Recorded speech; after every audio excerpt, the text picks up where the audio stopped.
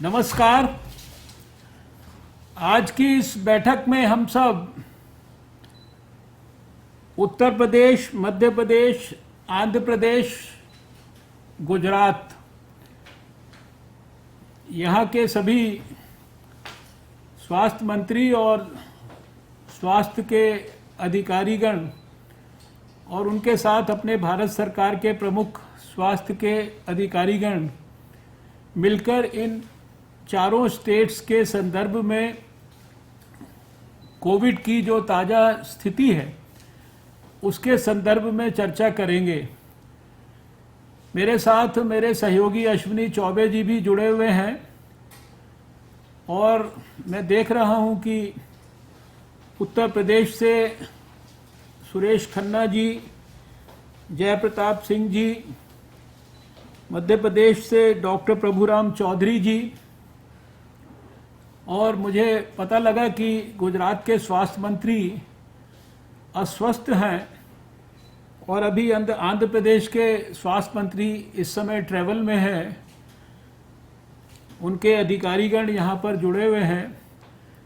मैं आप सबका हृदय से आभार व्यक्त करता हूँ आज की इस बैठक में शामिल होने के लिए। बैठक में शुरुआत में 2 प्रेजेंटेशंस होंगे। एक डॉक्टर सुजीत सिंह के द्वारा, जो national centre for disease control के डायरेक्टर हैं, वो चारों स्टेट्स में कोविड की वर्तमान स्थिति का एपिडेमियोलॉजिकल और वैज्ञानिक दृष्टिकोण से विश्लेषण करके और जो भी चर्चा के बिंदु हैं उनका उल्लेख करेंगे।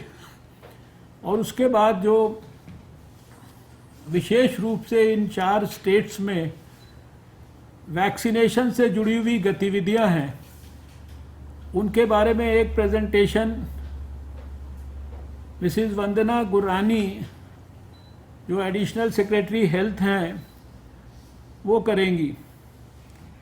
आप सब जानते हैं कि इस समय देश में 36,73,802 एक्टिव केसेस हैं। पिछले 24 घंटे में भारत में 3,26,098 नए केसेस आए हैं। लेकिन संतोष की बात यह है कि इससे ज़्यादा 3,53,299 केसेस रिकवर होकर पिछले 24 घंटे में अपने अपने घर लौट गए हैं। हमने देखा कि जो पिछला सप्ताह था 3 मई से 8 मई के बीच का, इसमें लगातार 4 दिन देश में 4 सक्सेसिव डेज पर 4 लाख से ज़्यादा केसेस आए। और अभी जो प्रेजेंट सप्ताह है इसमें सौभाग्य से 4 दिन हमारे जो केसेस हैं उनका नंबर तो कम हुआ ही है उसके मुकाबले, लेकिन हमारे केसेस जो रिकवर हुए उनकी संख्या, जो नए केसेस आए, वो उनसे ज़्यादा थी। जो 30 अप्रैल और 6 मई के बीच का जो सप्ताह था, इसमें देश की पॉजिटिविटी रेट 21.3% थी। लेकिन जैसे कि थोड़ा थोड़ा हम इम्प्रूवमेंट की तरफ बढ़ रहे हैं, तो इस सप्ताह में ये घटकर 19.3% हो गई है।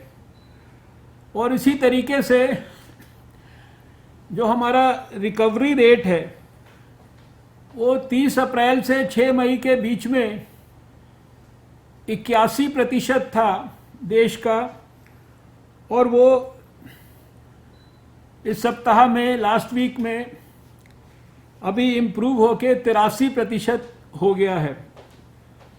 ये थोड़े थोड़े अर्ली साइंस ऑफ इम्प्रूवमेंट की तरफ हमें इशारा करता है। लेकिन इसका मतलब ये नहीं कि हम किसी भी प्रकार से कॉम्प्लेसेंट हो जाएं। हमें अपने प्रयास पूरी ताकत के साथ उसी प्रकार से कोविड के खिलाफ जंग में लगाकर रखने हैं। इसी संदर्भ में मुझे ये कहना है कि जो हमारे देश में हमारे स्वास्थ्य मंत्रालय की तरफ से ये भी एडवाइस दिया गया है कि जो डिस्ट्रिक्ट्स ऐसे हैं जहाँ की 10% से ज़्यादा पॉजिटिविटी है और 60% से ज़्यादा ऑक्सीजन सपोर्टेड और आईसीयू बेड्स की ऑक्यूपेंसी है, उन सब में जो कंटेनमेंट के जो मेजर्स हैं जिनके बारे में डिटेल्ड गाइडलाइंस समय समय पर दी जाती रही हैं, उनको हमें बहुत सख्ती से फॉलो करना है। जहां वो इनिशिएट नहीं हुई हैं उनको इनिशिएट करना है। और लोगों का जो मिलना जुलना, लोगों का जो जमावड़ा है, इस प्रकार की जो एक्टिविटीज़ हैं, इनको जितना भी हम ज़्यादा से ज़्यादा कर्टेल कर सकते हैं वो हमको कर्टेल करना है। आज के परिप्रेक्ष्य में वैक्सीनेशन के बारे में बहुत ज़्यादा चर्चा है हर स्तर पर, लोगों के बीच में भी, स्वास्थ्य अधिकारियों के बीच में भी और टेलीविज़न चैनल्स पर भी। इसलिए कुछ बातें जो महत्वपूर्ण हैं उनका मैं उल्लेख ज़रूर मीटिंग को फॉर्मली प्रारंभ करने से पहले प्रेजेंटेशंस को आपके बीच में करना चाहूँगा। आप सब जानते हैं कि अभी तक, आज तक सारे देश में 18,04,57,579 डोजेज जो हैं वो सारे देश में दी गई हैं, विभिन्न कैटेगरी के लोगों को प्रायोरिटाइज करके। इसमें हेल्थ केयर वर्कर्स जिनको फर्स्ट डोज मिली है वो 96,27,650 हैं। फ्रंटलाइन वर्कर्स 1,43,65,871 हैं। 45 साल से ऊपर वाले 5,68,05,772 हैं और 60 साल से ऊपर वाले जिनको फर्स्ट डोज मिली है वो 5,43,17,646 हैं। इस सारी संख्या को जो हम इस कैटेगरी की फर्स्ट डोज वालों को देखते हैं और इसके साथ जब मैं मैच करता हूं सेकंड डोज मिले हुए लोगों की संख्या को, तो उसमें एक वाइड गैप दिखाई देता है। और 18 साल से 44 साल के लोगों का जिनका इम्यूनाइजेशन 1 मई को प्रारंभ हुआ था, वो आज तक 42,58,756 लोगों को वैक्सीन मिला है। इसी संदर्भ में जो आज स्टेट्स यहाँ पर उपस्थित हैं, मैं ये फिगर्स इसलिए दोहराना चाहता हूँ और उसके बाद क्यों ये मैं दोहराना चाहता हूँ। गुजरात में पहली डोज 1,09,78,124 लोगों को मिली है और सेकंड डोज उसके मुकाबले 38,21,613 लोगों को मिली है। आंध्र प्रदेश में पहली डोज 53,33,983 लोगों को मिली है। सेकंड डोज 20,94,993 लोगों को मिली है।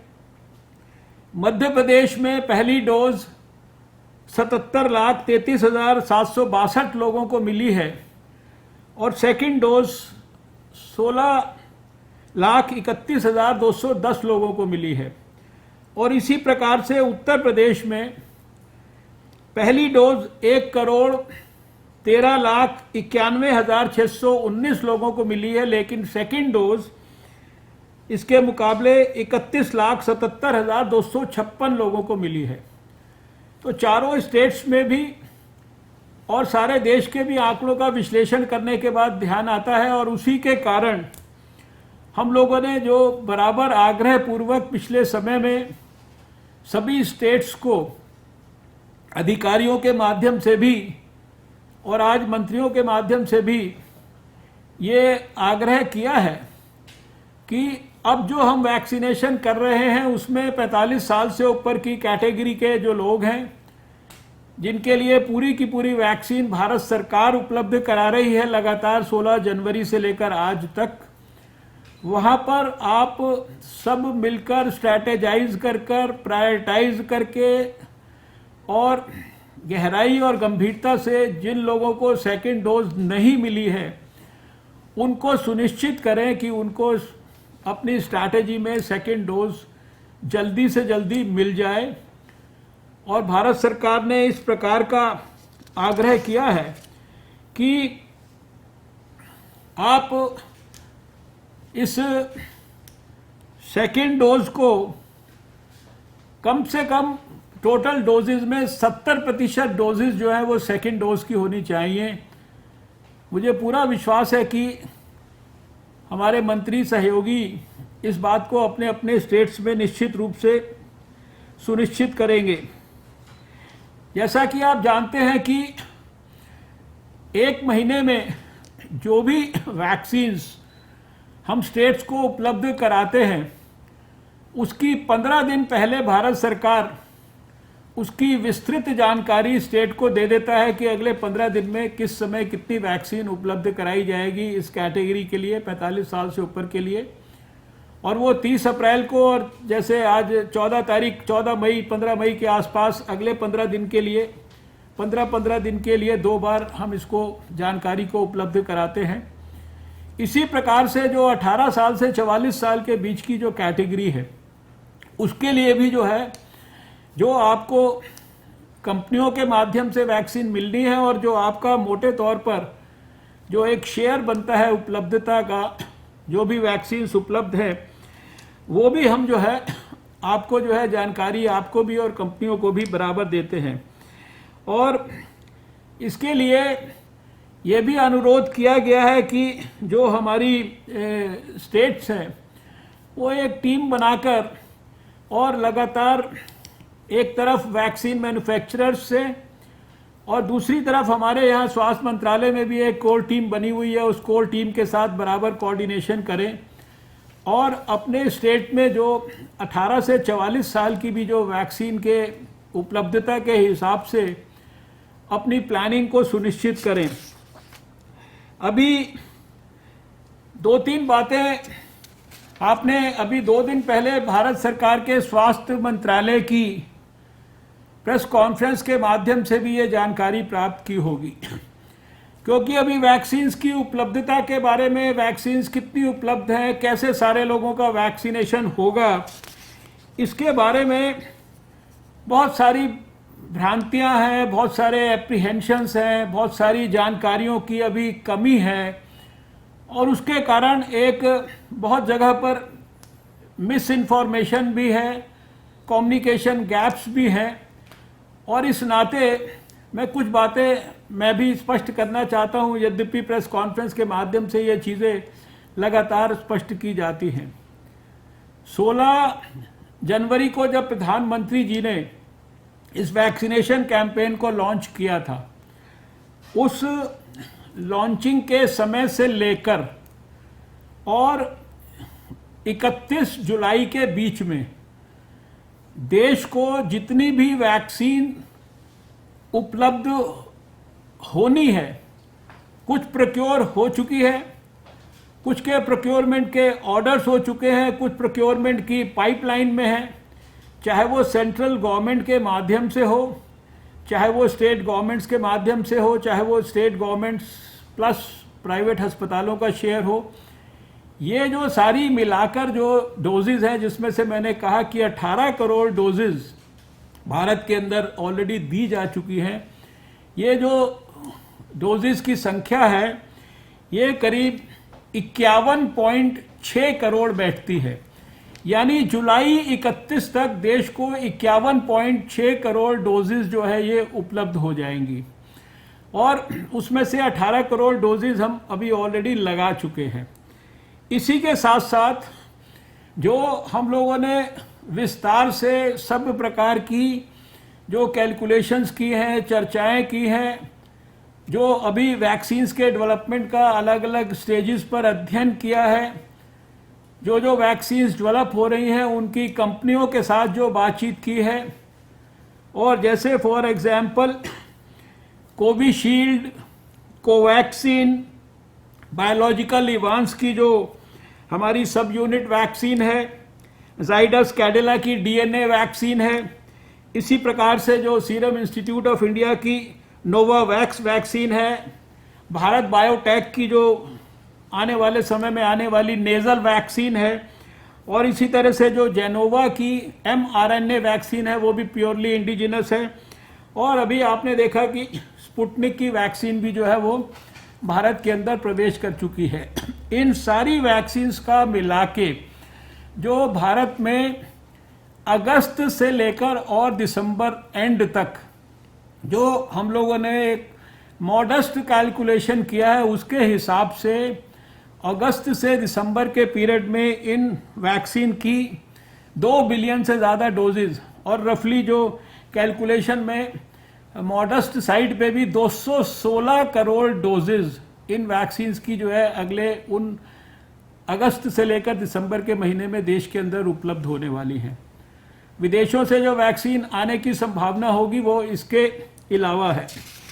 इसलिए आप सबसे मेरा ये अनुरोध है कि इस विषय को हम सारे देश के लोग समझ लें, और आने वाले समय में धीरे धीरे अब आप सोच सकते हैं कि एक तरफ ये 51 करोड़ डोजेस जो जुलाई तक उपलब्ध हो गई जनवरी से, और उसके बाद 216 करोड़ डोजेस जो अगस्त से लेकर दिसंबर तक उपलब्ध होने की जो कैलकुलेशन है, इस सब के अंदर जो हमारे जो जितनी भी एडल्ट पॉपुलेशन है वो 18 साल से 44 साल के बीच के लोग हों, या हमारे 45 साल से लेकर ऊपर के लोग हों, 60 साल से ऊपर के लोग हों, ये सारी की सारी पॉपुलेशन हमको कवर करने में कोई किसी भी प्रकार की कठिनाई नहीं होगी।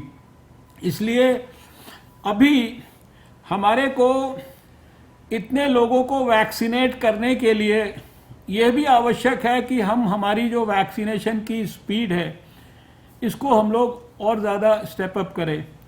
अभी पिछले समय में जब से वैक्सीनेशन स्टार्ट हुआ है, हमारा 40-45 लाख तक भी एक दिन में वैक्सीनेशन देश में हुआ है, बीच में 30 से 35 लाख तक भी हुआ है, अभी 20 और 25 लाख के बीच में हो रहा है, जो कि हम समझते हैं कि निश्चित रूप से कम है। और हम सबको अपने देश के वो सारे लोगों को वैक्सीनेट करने के लिए समयबद्ध तरीके से इस वैक्सीनेशन की स्पीड को स्टेप अप करना होगा। और इसलिए आप सबसे भी अनुरोध है कि जो जो हमारे पास वैक्सीन उपलब्ध है 45 साल से ऊपर की कैटेगरी के लिए उपलब्ध है उसके लिए, और जितनी भी वैक्सीन हमारे पास अभी फ़िलहाल 1 महीने के अंदर जो 18 साल से 44 साल के लिए उपलब्ध है, ये सारी जो प्रक्रिया है इसको हम लोग जो है आने वाले समय के लिए पूरी तरीके से और तेज़ी से इसको बढ़ाएं, ताकि अगले 6 महीने के अंदर हम बहुत जल्दी, अभी भी सारे दुनिया में जो वैक्सीनेशन जो हमारे देश में जितनी डोजेस लोगों को मिली है वो स्पीड शायद सबसे तेज़ है स्पीड जो है, और अमेरिका और चाइना के बाद शायद सबसे ज़्यादा वैक्सीनेशन जो है वो भारत के अंदर हुआ है।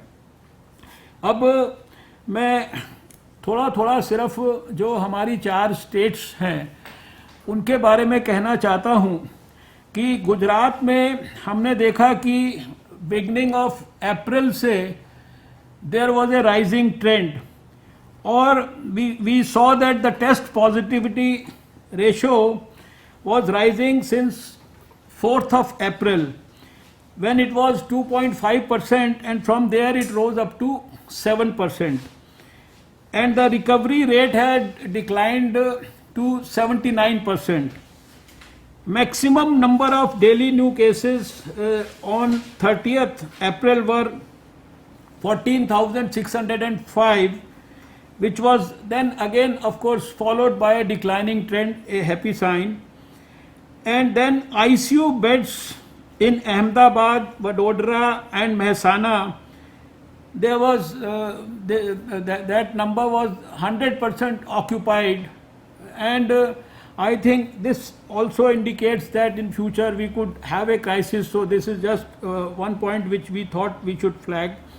And even oxygen supported beds in Ahmedabad and Vadodara were occupied to the extent of 97 and 96%. And there were higher proportion of deaths that were observed in age groups of 15 to 29 and 30 to 44 years in 2021 as compared to 2020. This is something which we noticed about Gujarat. Then in Andhra Pradesh, we noticed that positivity rate and new cases were rising since the beginning of April, with around 23,000 cases on 1st May. And of course, the good thing was that the state had shown a lower fatality rate, 0.7% as compared to the national average, definitely much below the national average. The state's positivity rate has been around 7.64%. Daily positivity rate is showing an increasing trend from April onwards, and the significant matter of concern has been the fact that weekly growth rate is something like 30.3%, and then the weekly trend in top 5 districts of Chittoor, East Godavari, Guntur, Srikakulam and Vishakhapatnam are now declining after a rising trend from 14th to 18th week. Then a bit about Uttar Pradesh. We know that in Uttar Pradesh the new cases were on the rise since 12th week, when total cases were around 5,500, and from there they had climbed up to 31,000 in the 18th week. The case fatality rate in Kanpur has been at 1.9, which is highest in the state and also above the national case fatality rate. Sample positivity has gradually risen from 0.2 in the 10th week to over 14% in the 16th week. Since then there has been a decline, again a positive sign. Active cases in Lucknow and in Meerut, I think that's a matter of concern for us, have been above 14,000, and all categories of bed occupancy in the state is above 95%. So these are the issues that we thought we'll flag about Uttar Pradesh in the initial remarks. Then in Madhya Pradesh, the positivity rate right now is 8.26%, and there is a rise in all the top districts like Indore, Bhopal, Gwalior, Jabalpur and Ratlam, and 15% districts are having a positivity rate of over 20%. That's another matter of concern.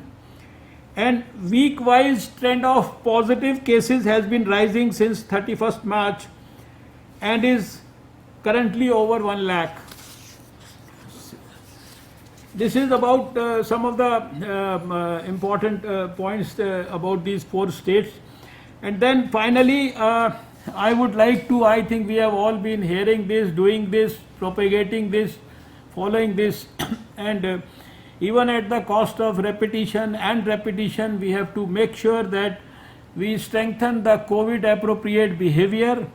We ensure that we vaccinate as many people as possible. We follow the strategy of testing, tracing, tracking, treating, isolating, and using quarantine methods, all as we have been doing in the last 1 year.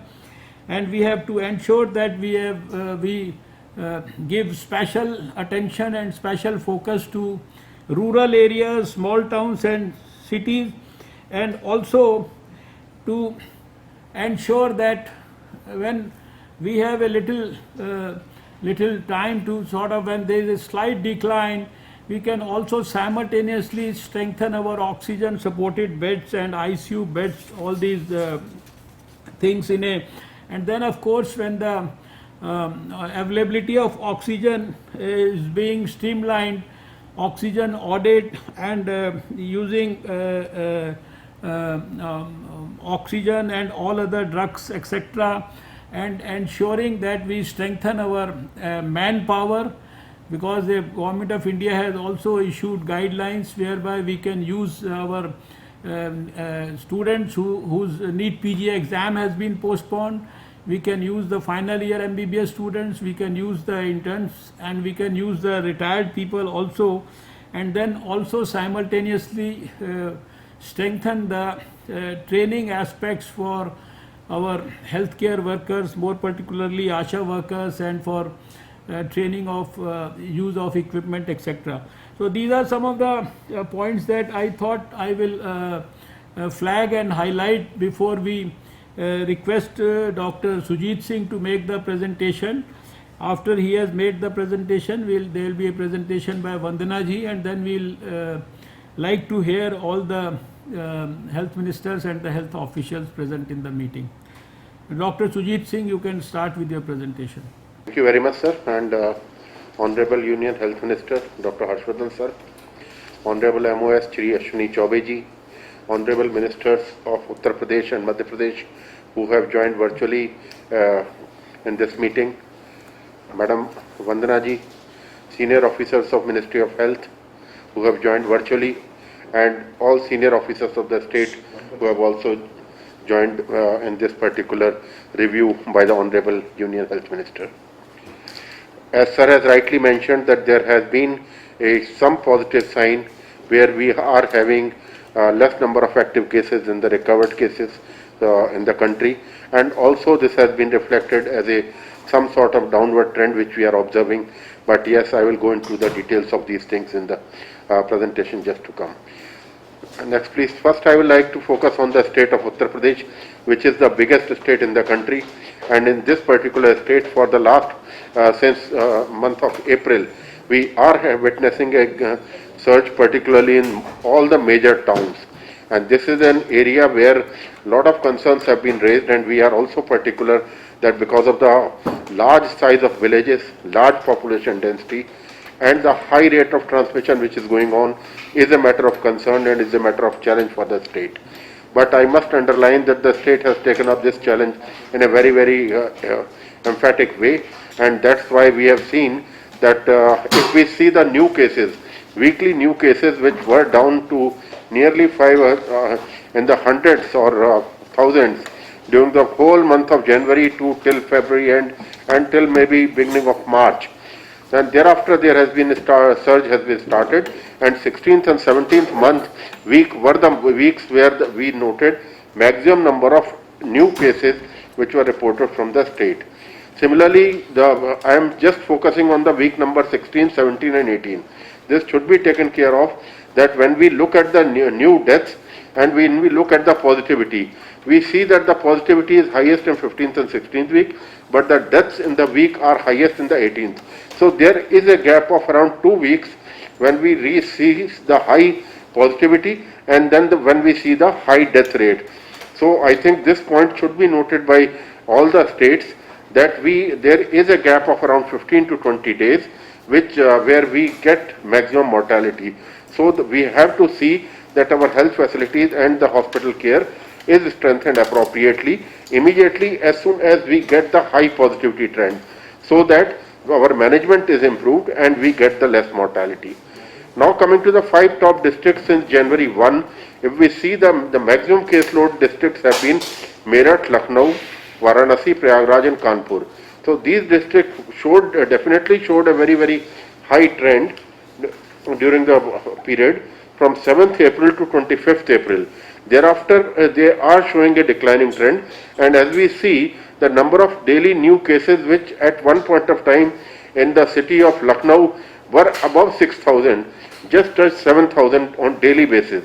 They have now declined to less than 1,000, and as of now we are having around 600 cases in the city of Lucknow. whereas in Meerut and Gorakhpur, we are still seeing around 800 new cases on daily basis. Next, please. So if we just look at the health infrastructure, which is correlated directly with the active cases as of now, there are 1,93,000 active cases, and out of this a large chunk, that is 1,57,000, are under home isolation. So these are the cases. I will just focus in the next slide so that we come to know that what is the main issue with regard to the cases in the home isolation. Again, I would like to focus on the utilization or the occupancy in this particular sector, where we find that even the beds without oxygen are occupied to the 94% level. And similarly, the oxygen supported ICU and ventilator, all beds are in the occupancy range of above 90%. So this is an area where there has to be a very, very focused approach, because we need to be prepared not only with regard to the surge which can happen subsequently, but there could be a greater need or greater pressure on the large cities because of the spread in the rural areas, from where the patients will be looking towards the big cities for better care. So I think this needs to be focused. Next, sir, if I would like to focus what I mentioned in the previous slide, the deaths in the home isolation category. Next, please. Deaths in the home isolation category. If we see, 149 deaths have been there in the patients which were kept in the home isolation.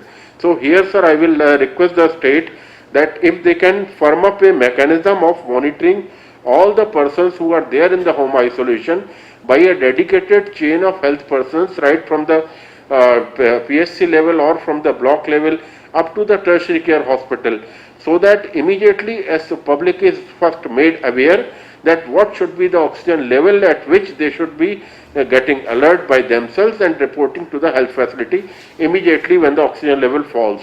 Similarly, there has to be a proper guideline from the healthcare facility also, that at what point of time they should be looking for transport of these persons with low oxygen saturation to the high tertiary level facility, so that we don't have mortality. Again, this needs to be correlated with the downward chart also. We are having high death number from 18 to 45 years. This is definitely a cause of concern. Here what we see is the deaths in the age group are around 1100 deaths. Out of 5000 deaths, total 1100 deaths have been in this less than 45 years. And if we add up the deaths of the less than 60, then it becomes around 2800. So this is a major chunk. 3/4 of the deaths are in this particular age group.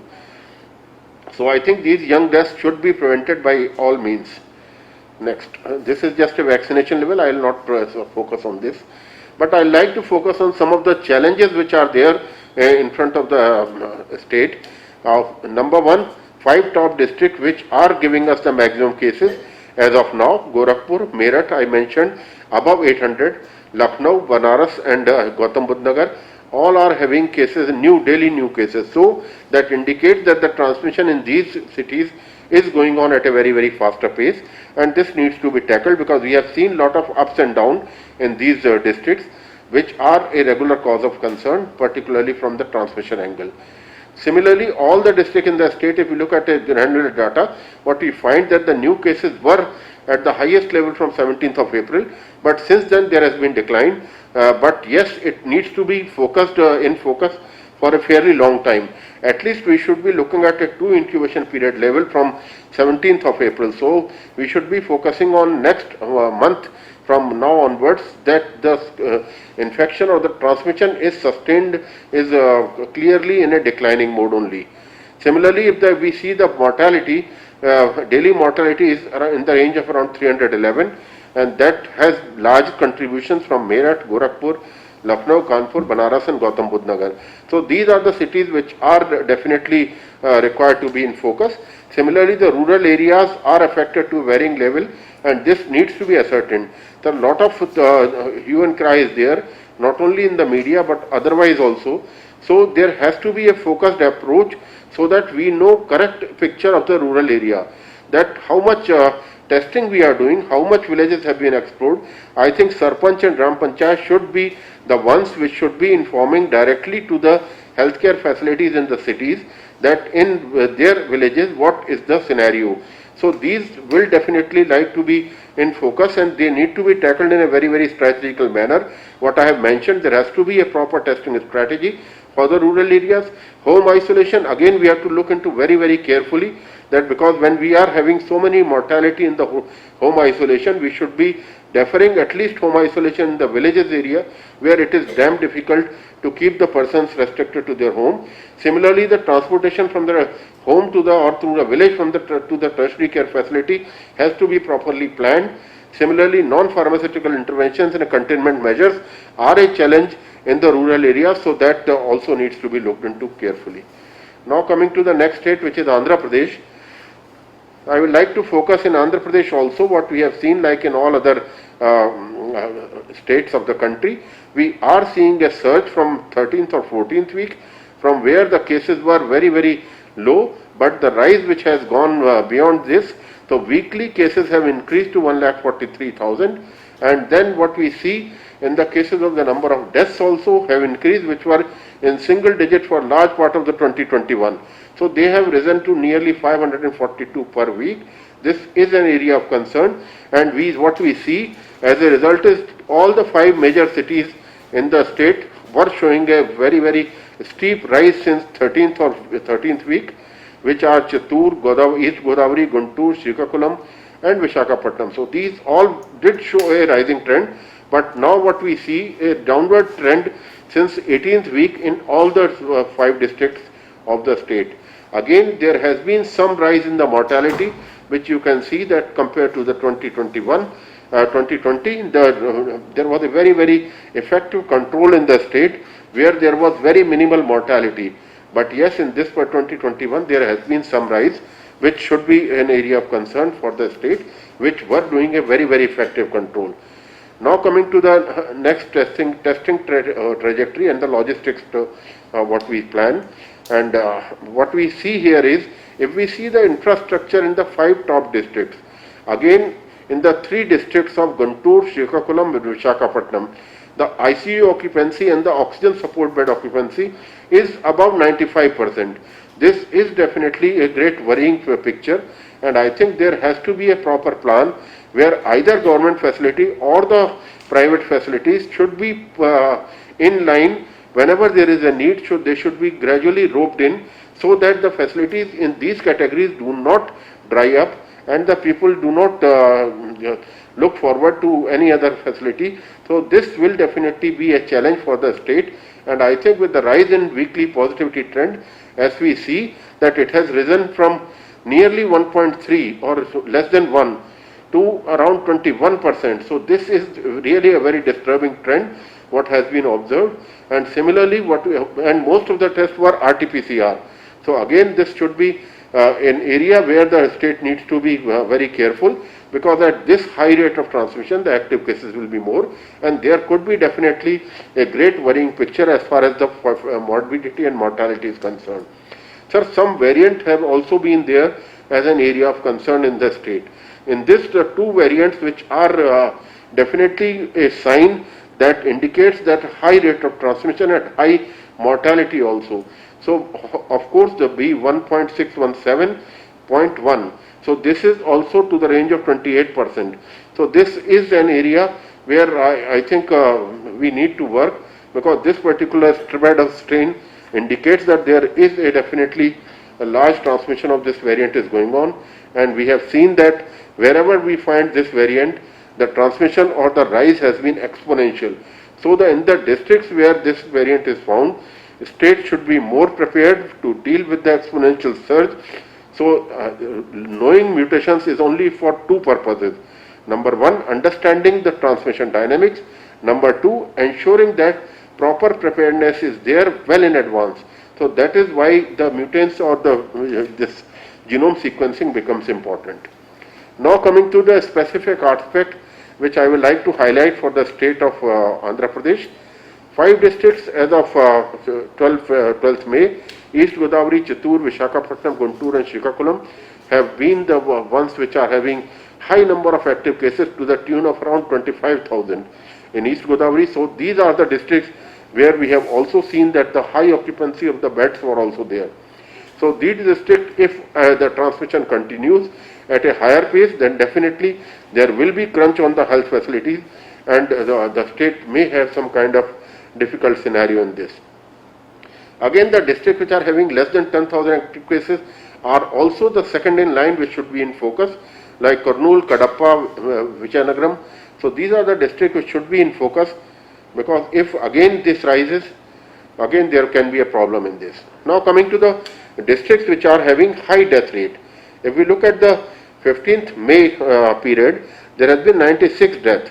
So this is just a focus that when you have large transmission, when you have large number of active cases, the fatality will follow in a period of another 2 weeks. So the overall case fatality, which was 0.7 in the state, is being maintained below 1. That's a good sign. But still, the fatality in the Krishna district is higher, because in Krishna district was previously also very highly affected. But with this positivity, there can be some rise in the case fatality unless it is focused by a great extent.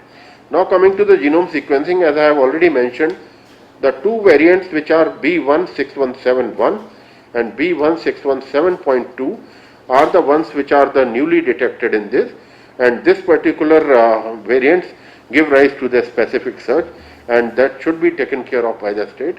The state has done very good samples for genome sequencing. You can see in this table. And again, I will like to mention 2-3 important districts. That is, Krishna is one, Chittoor is another, where you find high number of mutants. Again, Nellore is one district which can be focused by the state, where there could be rise in future.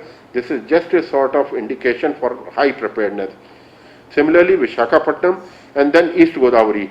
Again, these are districts where we are also observing trend, rising trend. So this also correlates with the genomic mutants what we detect.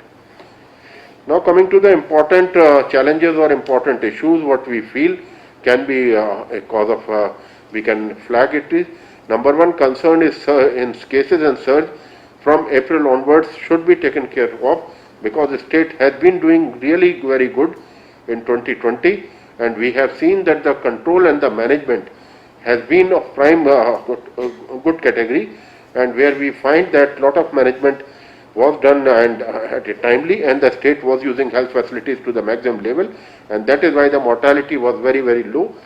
But still there needs to be strict focus on COVID appropriate behavior, having preventive practices, and proper management in the home isolation. Again, the hospital infrastructure needs to be strengthened, particularly in the district where surge is being noted. As we have already seen that there is a possibility in the district where the variant is being noted, there could be a surge. So these states, the health infrastructure needs to be properly upgraded, or the provision should be made for upgrading in case there is a surge. This vaccination I will skip, and now I will come to the state of Gujarat. In Gujarat again what we see is from 12th week there has been a rise, but in the last 17th and 18th week we have seen there is a downward trend. Both in the 7-day moving average also is showing a downward trend, so that's a good sign. But again what we see, the districts, if we see the 5 top districts, the main worry lies here. All the graphs are showing as a exponential rise. Still what we are seeing a downward trend is one part, it's okay in the whole of state. But the 5 top districts, that is Ahmedabad, Jamnagar, Rajkot, Surat and Vadodara, all districts are showing a rising trend from 7th April onwards, and this should be definitely taken note of in a big way, because unless all these districts have a interruption in the transmission, the rising in the active cases will also continue. And similarly what we see here in the graph in the 16th, 17th, we are seeing a decline in the deaths, and this that may turn out to be a little bit more worrying in the future, particularly in these 5 districts. Next, coming to that weekly trajectory regarding the daily test. Daily tests have been scaled up to a very, very great extent, but still what we find is the weekly positivity trend is on the rise.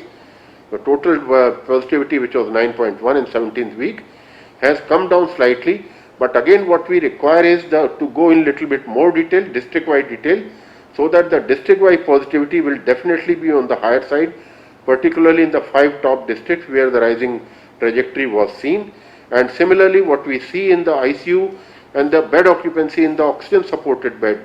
Here again in Rajkot in Vadodara, in Ahmedabad, the occupancy is above the level of 97%. So this is an area where the state needs to focus, because in case ICU beds are required to be scaled up, then there could be some challenging scenarios. Similarly, in the district of Jamnagar also, which is a small district, but still the occupancy is to the level of 88%. In Surat, I must focus here because Surat is one district where the variants have been noticed in a significant number.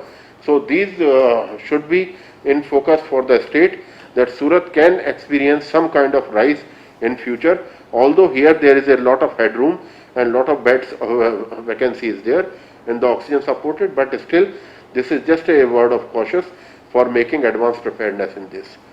Now coming to the key challenges, the state has been showing a rising trend since beginning of April. That the whole of April until in beginning of May was a challenging part, where the positivity did rise from 2.5 to 7.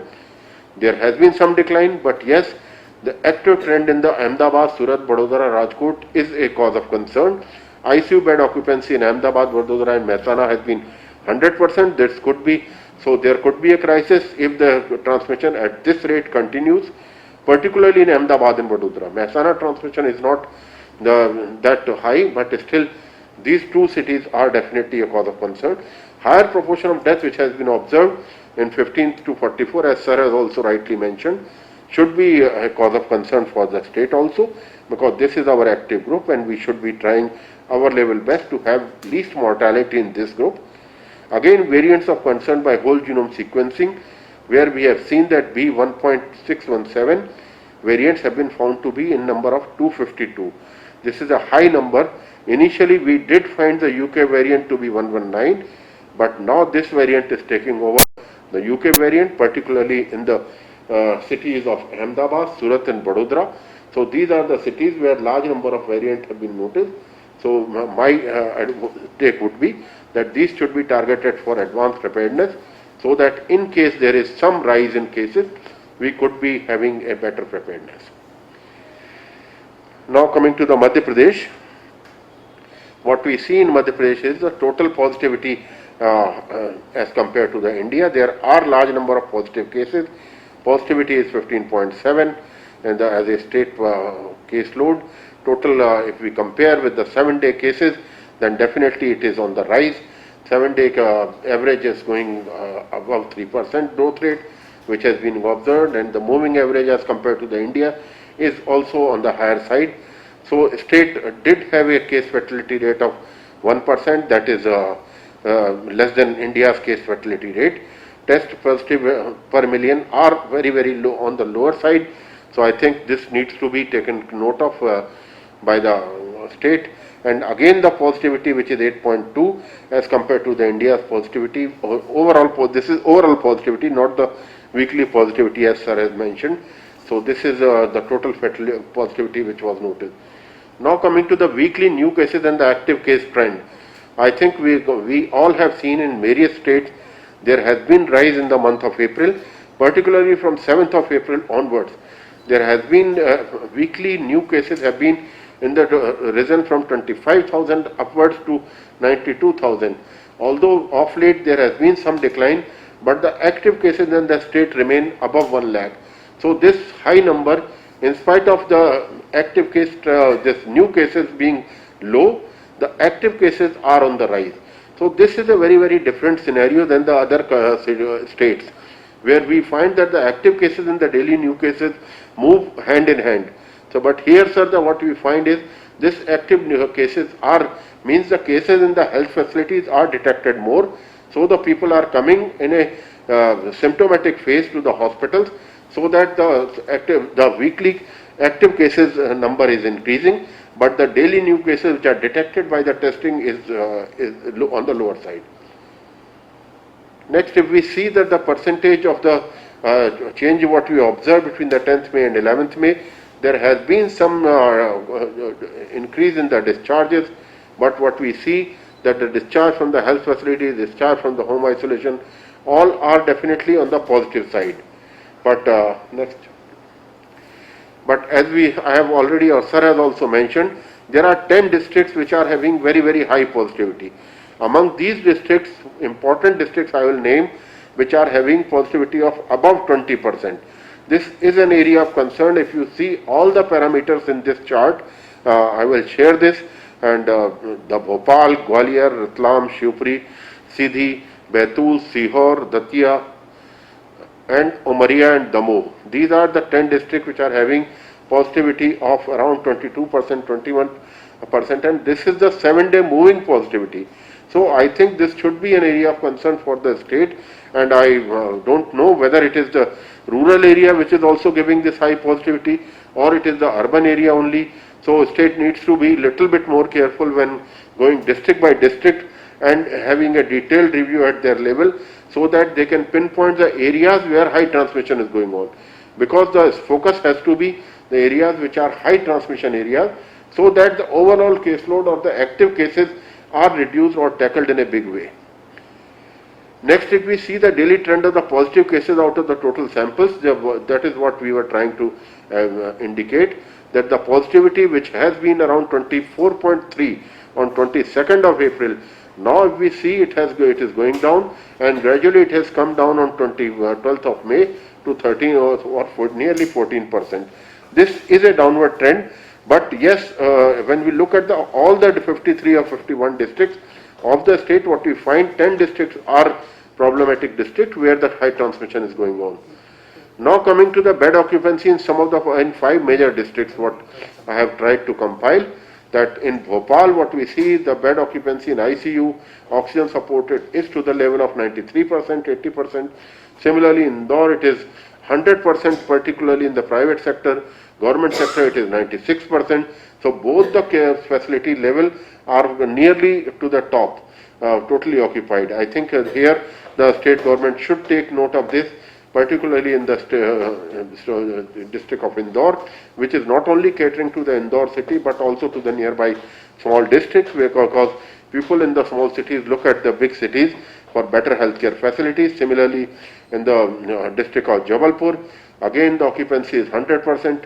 In the Gwalior, we do have some headroom, but we must see that the high transmission rate should be taken into account while planning for the increased requirement of the beds in different categories. Now, this is just a vaccine, so I will not focus on this. Some challenges which are required to be highlighted. Yes, 10 districts I have already mentioned. Urban blocks and the rural areas in the above district need to be on high focus. That is basically the inference what we see from the high transmission in this. Again, emphasis on proper isolation of the positive cases. Particularly what we have seen, the variants of concern have been noticed in Bhopal and Indore. So I think here I will like to mention that the state should ensure that the persons who are found with mutant, state has done good work as far as Indore is concerned. But yes, Indore, Bhopal and Gwalior are the 3 cities where variants of concerns have been noticed, and these could be somewhere linked with the high transmission which is going on. We like to have second category of samples so that we can see whether the trend of new mutation is on the rise or it is just correlating or it was just a coincidence. So we like to see more samples, particularly from the community asymptomatic and from the healthcare facility which are of the severe category, so that we can have some association that variant is giving us the serious picture or it is just a normal picture. But still, what we advocate everywhere, COVID appropriate behavior protects us from all kind of variants and all kind of surge. So this has to be the bottom line for all type of measures what we see. That's all. Thank you very much, sir.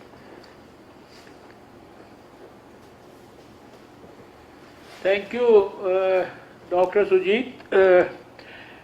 Now I'll request Madam Vandana Gurnani to make the second presentation about vaccination status in these 4 states and flag the relevant issues. Thank you, sir. Honorable Union Minister for Health and Family Welfare, Honorable Minister of State, Honorable Ministers from the states who are present here at this meeting, our colleagues from the states and the Union Ministry of Health who are present in today's meeting. Sir, you have covered most of the important issues pertaining to the vaccination drive in your opening remarks. I will only supplement by adding state-specific progress and state-specific allocations and details through my presentation. Next slide, please.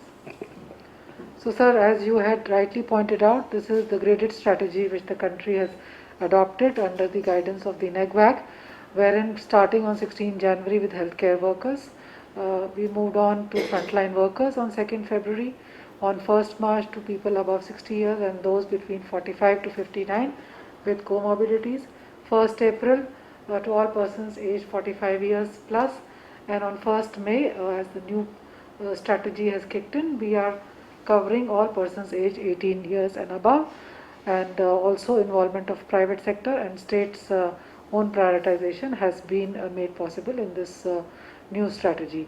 The overall approach has been to protect the healthcare and pandemic response system and to reduce the mortality on account of COVID-19. So, sir, you had covered this. In fact, you had covered latest data. This is as of yesterday. So, we have covered about 17.93 crore, and again, this has been possible because of the combined effort and zeal of all the states through this entire journey from 16th of January, that we have been able to move to such a large number of vaccination. And within this also, if we look at the people above 45 years of age, 11.09 crore, healthcare workers 96 lakh, frontline workers 1.43 crore, people aged 18 to 44, the newest bracket is also close to now 40 lakhs. Next slide, please. So this slide we just put to show the capacity, sir, of the system. There was a point of time where we could also cover 43 lakh doses in a single day.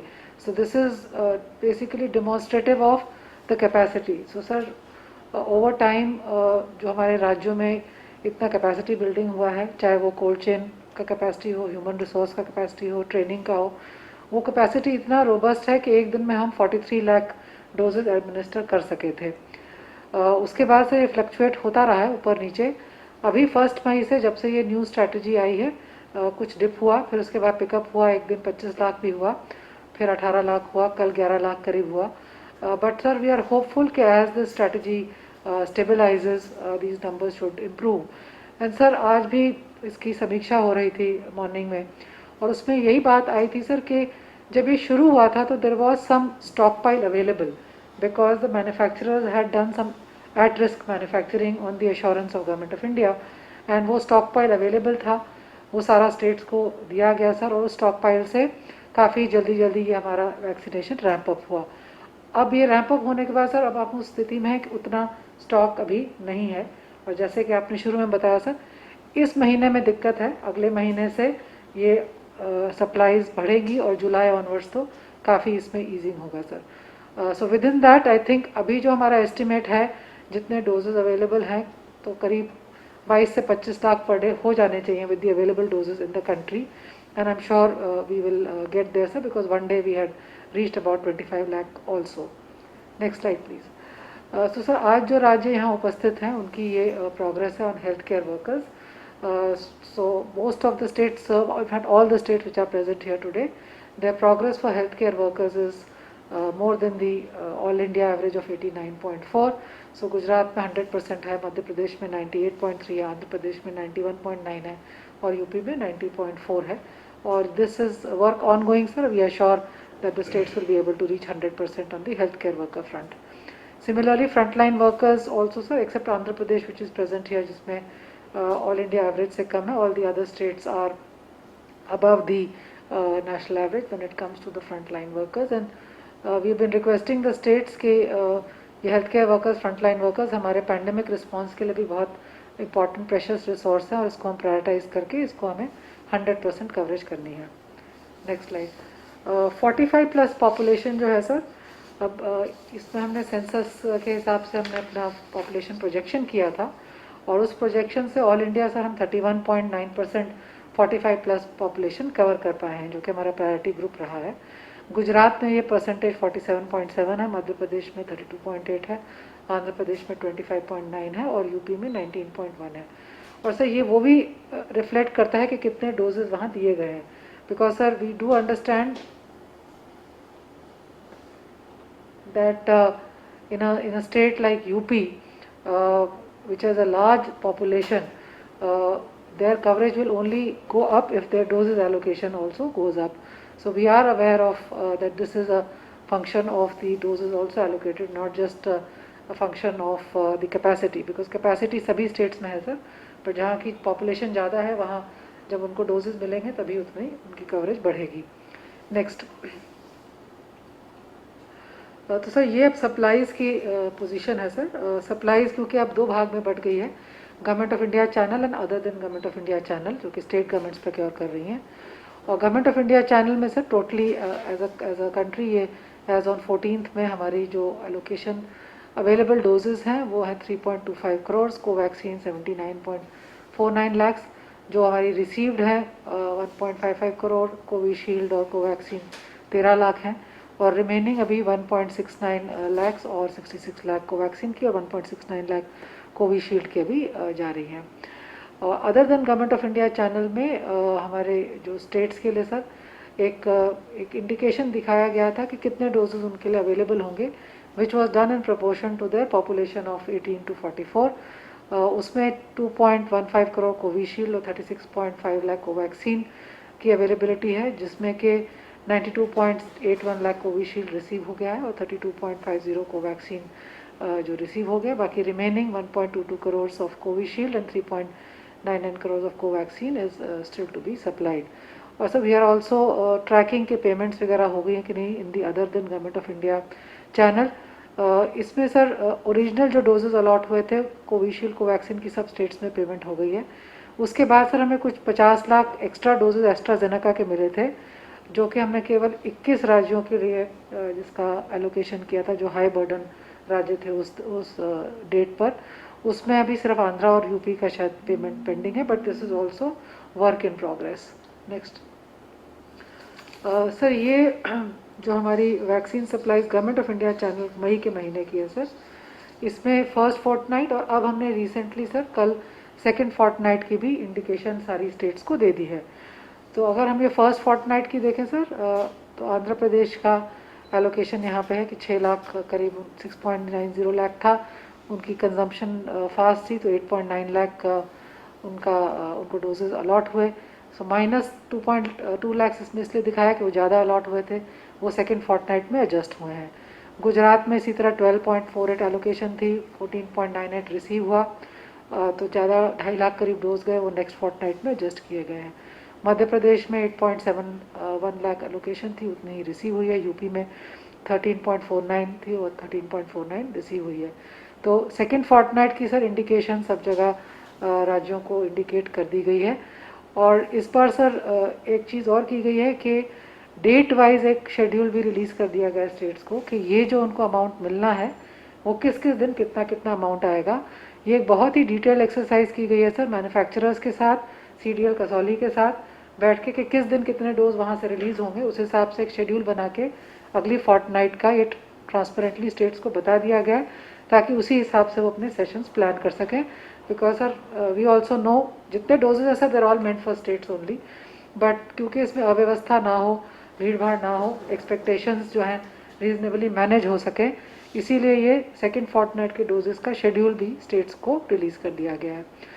Covaxin का sir first Fortnite का इसमें दर्शाया गया है, और second उसमें first Fortnite में काफ़ी रिमेनिंग डोजेज हैं सर अभी जो जाने हैं फर्स्ट फोर्टनाइट के. थोड़ा सा भारत बायोटेक की तरफ से there has been some delay in receipt of doses. Second fortnight की एलोकेशन भी सर डेट वाइज सब स्टेट्स को ये इंडिकेट कर दी गई है.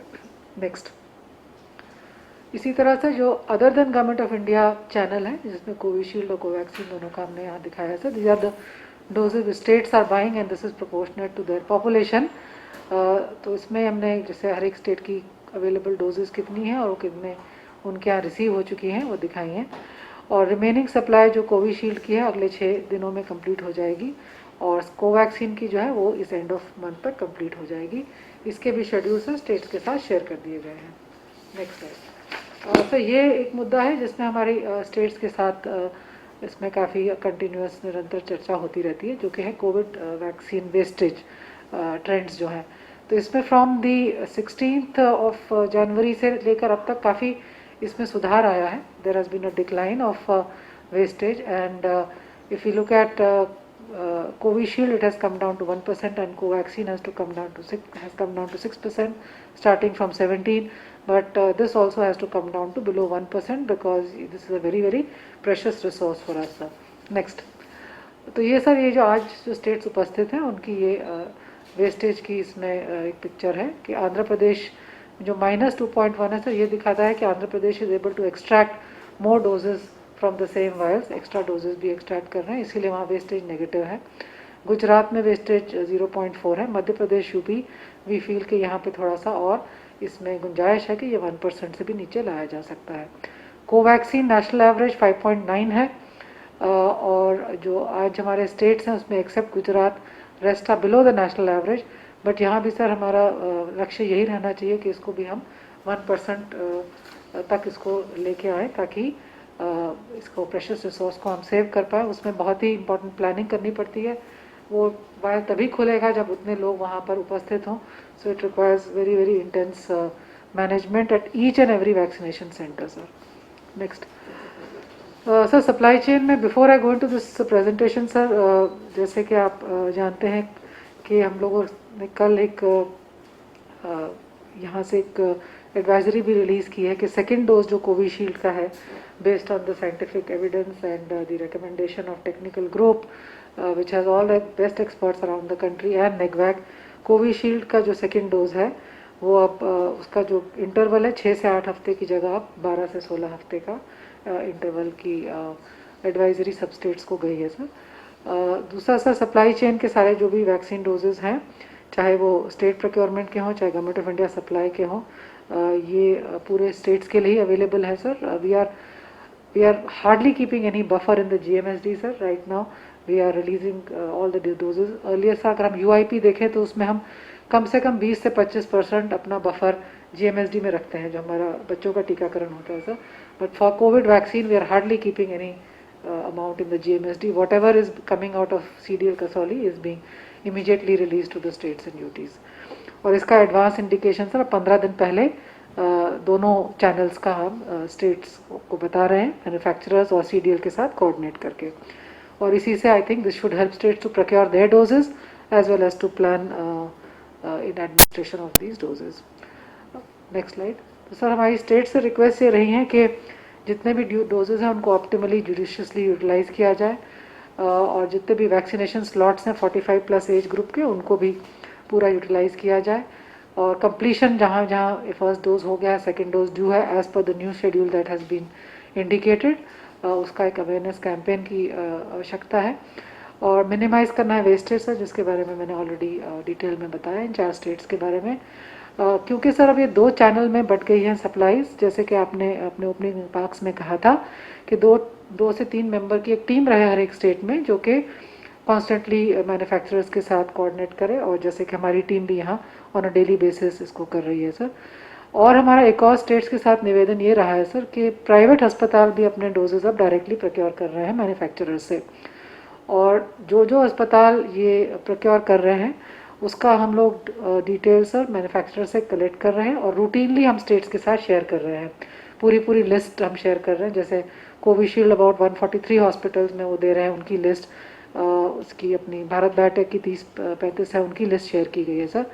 इसमें सर मेरा स्टेट से निवेदन ये रहेगा, क्योंकि कल हमने सर इसको डेटा कोविन से भी निकाला कि जो ये प्राइवेट अस्पताल हैं उन्होंने इतने डोजेस तो ले लिए लेकिन उन्होंने वैक्सीनेशन कितनी की। तो जैसे सर उदाहरण के तौर पर हैदराबाद में इसमें यशोदा हॉस्पिटल में 276 लिया गया, उन्होंने डोजेस तो एडमिनिस्टर किए हैं सर। गुजरात में सर कई अस्पताल हैं, Shelby hospital, Wellspring, Sterling hospital, KD hospital, इन्होंने मतलब डोजेस कॉन्ट्रैक्ट किए हैं, बट अभी यहाँ पे वैक्सीनेशन शुरू नहीं हुई है। तो सर ये भी अब हम यहाँ से आज सर सब स्टेट्स के साथ ये शेयर किया गया है, क्योंकि केवल 17 प्राइवेट अस्पतालों में सर अभी कोविन में कल की जो डेटा है उसके हिसाब से ये एक्चुअल वैक्सीन डोजेज उन्होंने देने शुरू किए हैं, और क्वांटिटी बहुत कम है।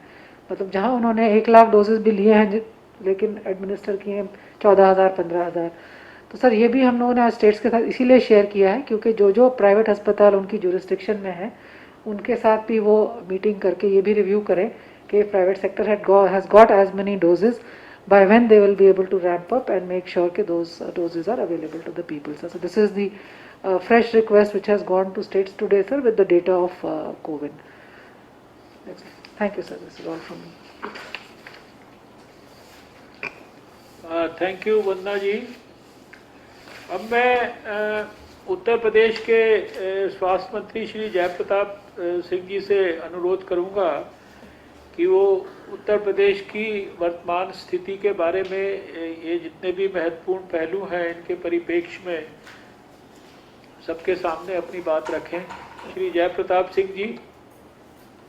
जी सर, आपको प्रणाम करता हूं और मैं अपना दो हिस्से में बोलना चाहता हूं। पहले मैं कोविड के प्रबंधन के बारे में बोलूंगा और हमारे साथ में आदरणीय सुरेश खन्ना जी है जो वैक्सीनेशन के बारे में पूरा बताएंगे। हमारी आवाज आ रही है? हाँ हाँ, बिल्कुल बिल्कुल, आप बताइए। जी जी।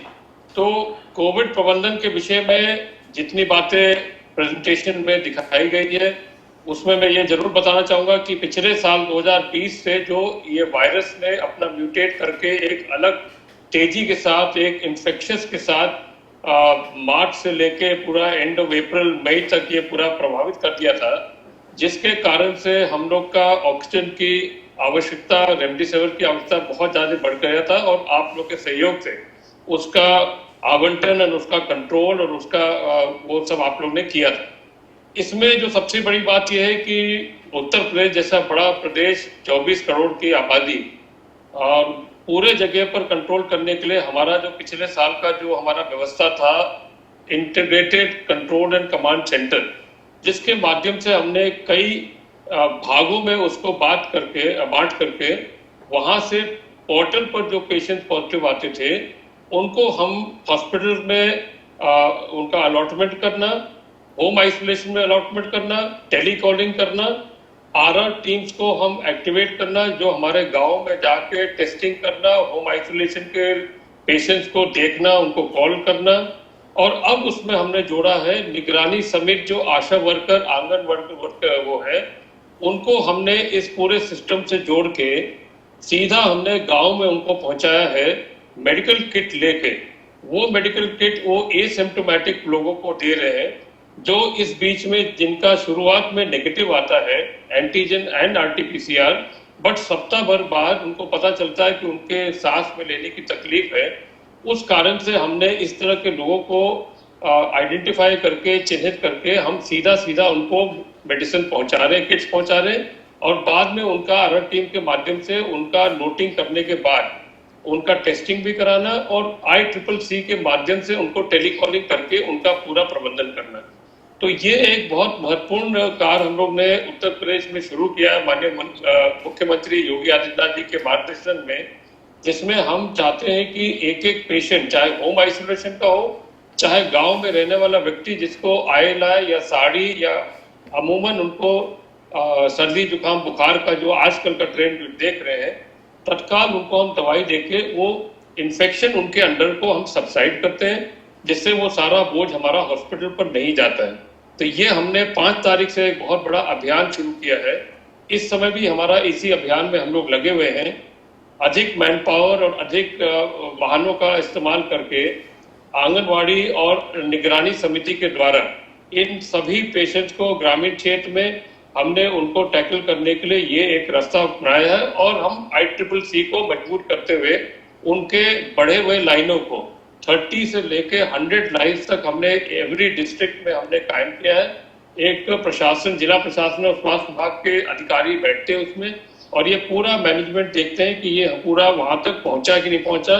और बेड एलोकेशन के लिए हम लोग ने एक भी नया सिस्टम अभी शुरू किया है, hospital bed allocation system HBAS, जो हमारा एक वेबसाइट खुला है DGMH के माध्यम से। उसमें सारी चीजें हमने दर्शा दिया है कि जिस पर एक क्लिक पर आपको हॉस्पिटल बेड पूरे उत्तर प्रदेश में L3 से लेके L2 और L1 में जहां भी खाली होंगे, किस जगह पर कौन कहां आवंटन हो सकता है, ये सिस्टम अभी इधर कल से शुरू होने के कारण से बहुत सारी चीजें आसान हो जाएंगी और हमारा ICCC में जो ये प्रबंधन होता है उसके लिए और पेशेंट को आवंटन करने के लिए आईसीयू में, एचडीयू में या L2 की व्यवस्था में करने के लिए काफी मदद मिलता है, काफी प्रभावी ढंग से मिलता है। तो ये मैंने संक्षेप में आपको जिस तरह से प्रबंधन का कार्य कोविड मैनेजमेंट ग्रामीण क्षेत्र से लेके शहर में हम लोग पहले से कर रहे थे। होम आइसोलेशन के लिए शहरों में हमने ऑक्सीजन सिलेंडर्स की भी पूरी तैयारी कर ली और उसके लिए अलग अलग रिफिलर्स को भी हमने चिन्हित कर लिया, जो सीएमओ के माध्यम से या डॉक्टर्स के माध्यम से प्रिस्क्रिप्शन से उनको होम आइसोलेशन में सिलेंडर मिला जाएगा। आपके द्वारा सहयोग किया हुआ और हम लोग अपने रिसोर्सेज से ऑक्सीजन कॉन्सेंट्रेटर ये सभी जनपदों के L2 व्यवस्था में हम लोगों ने पहुंचा दिया है। हमारे CHC पर भी पहुंच रहा है। किसी भी व्यक्ति को तत्काल अगर किसी तरह का सांस लेने में तकलीफ होगा तो ऑक्सीजन कॉन्सेंट्रेटर हमारे सभी जगह उपलब्ध रहेंगे। आईसीयू और वेंटिलेटर्स हमने अपने L3 व्यवस्था में तो चल ही रहा है, मगर बेड्स को भी हमने काफी बड़े मात्रा में बढ़ाया है। 18,000 बेड हमने अधिक से अधिक बढ़ाए भी है और हमारे जनपद में भी हमने बेड्स की व्यवस्था हर एक CHC पर 2-2 CHC को लेके 100 बेड करके वहां भी हमने व्यवस्था सभी सुविधाओं के साथ concentrator, oxygen cylinder, HDU and ventilator जहां भी हमारा उपलब्ध है उन सभी में हमने ये प्रबंध कर दिया है। तो हमारा मानना है कि इस शक्ति के साथ ये प्रबंधन का कार्य जो हम लोग कर रहे हैं इससे हमको अच्छे रिजल्ट भी मिले हैं और बाकी आपके सहयोग से जितना भी सामान हम लोग को मिल रहा है उसको अच्छी तरह से इस्तेमाल करके और एक एक पेशेंट को चिन्हित करके उसका उपचार करना ये हमारा दायित्व है, जिसको हम अच्छी तरह से प्रयास कर रहे हैं करने के लिए। ये मैंने कहा कि संक्षेप में बता दें, बाकी माननीय मंत्री जी दूसरा आपको विषय बताएंगे। धन्यवाद जी। धन्यवाद जय प्रताप जी, आपने बहुत अच्छा विस्तार से बताया और आपको बहुत बधाई है। खासकर हॉस्पिटल बेड एलोकेशन सिस्टम भी आपने किया है और रूरल मैनेजमेंट जो मैंने भी शुरू में कहा कि इस समय उसको थोड़ा सा स्ट्रेंथन और बहुत केयरफुली हैंडल करने की ज़रूरत है, वो चीज़ें आपने काफ़ी फोकस वे में की हैं। मैं बधाई देता हूँ आपको। अभी अपने मेडिकल एजुकेशन और हमारे फाइनेंस मिनिस्टर जो हैं सुरेश खन्ना जी, जैसा आपने कहा कि वो वैक्सीनेशन के बारे में प्रकाश डालेंगे। सुरेश जी। जी मैं प्रणाम कर रहा हूँ सर। जी मैं सबसे पहले आपको धन्यवाद दूंगा कि आपने 16 जनवरी से वैक्सीनेशन प्रारंभ करवाया, इसके लिए कोटिशा धन्यवाद। लेकिन मैं दो बातों को फोकस करना चाहता हूं कि उत्तर प्रदेश में जो वर्तमान स्थिति है, हमारे 3,10,000 केसेस 30 अप्रैल को सबसे ज्यादा थे एक्टिव केसेस। आज हमारे 1,76,000 केसेस लगभग हैं। 1,33,000 केसेस हमारे डिक्लाइन हुए हैं पिछले 14 दिन में, और ये कुशल प्रबंधन का ही नतीजा है कि जो इस प्रकार से डिक्लाइन चल रहा है। दूसरी बात जो वैक्सीनेशन के संबंध में है, मेरा हम्बल रिक्वेस्ट ये है कि आपने जो अभी फिगर्स हमारे सामने प्रस्तुत की हैं उसको अगर देख लें कि हमसे जो छोटे छोटे राज्य हैं वहां पर वैक्सीन ज्यादा मिली और हमको वैक्सीन कम मिली। हम तो इसलिए ये कार्यक्रम चला रहे हैं कि हमें बीच में इसको रोकना न पड़े, और 2,500 से 3,000 केंद्रों पर हम उत्तर प्रदेश में 45 साल से ऊपर वाली वैक्सीनेशन कर रहे हैं। वर्तमान में इसका आंकड़ा है कि 1,47,94,597 ये अभी तक फर्स्ट और सेकेंड डोज दोनों की है। और फर्स्ट डोज जैसा कि आपने ही आंकड़ा प्रस्तुत किया था कि 1,16,12,525 को फर्स्ट डोज मिल गई और सेकेंड डोज 31,82,072 लोगों को मिली। मानवर इसके दो कारण हैं। एक तो प्रारंभ में लोगों ने इसमें कम रुचि दिखाई और साथ ही साथ कुछ लोगों ने प्रचार भी किया इसके बारे में, लेकिन हमारी तरफ से किसी प्रकार की कोई ढिलाई नहीं बरती गई। हमने पूरी तरीके से उत्तर प्रदेश के सभी जनपदों में ये वैक्सीन उपलब्ध करा के आपके 16 तारीख वाले कार्यक्रम से अपने आप को जोड़ा और लगातार ये कार्यक्रम चल रहा है। और अभी तक जो उपलब्धि थी वो आपके सामने है।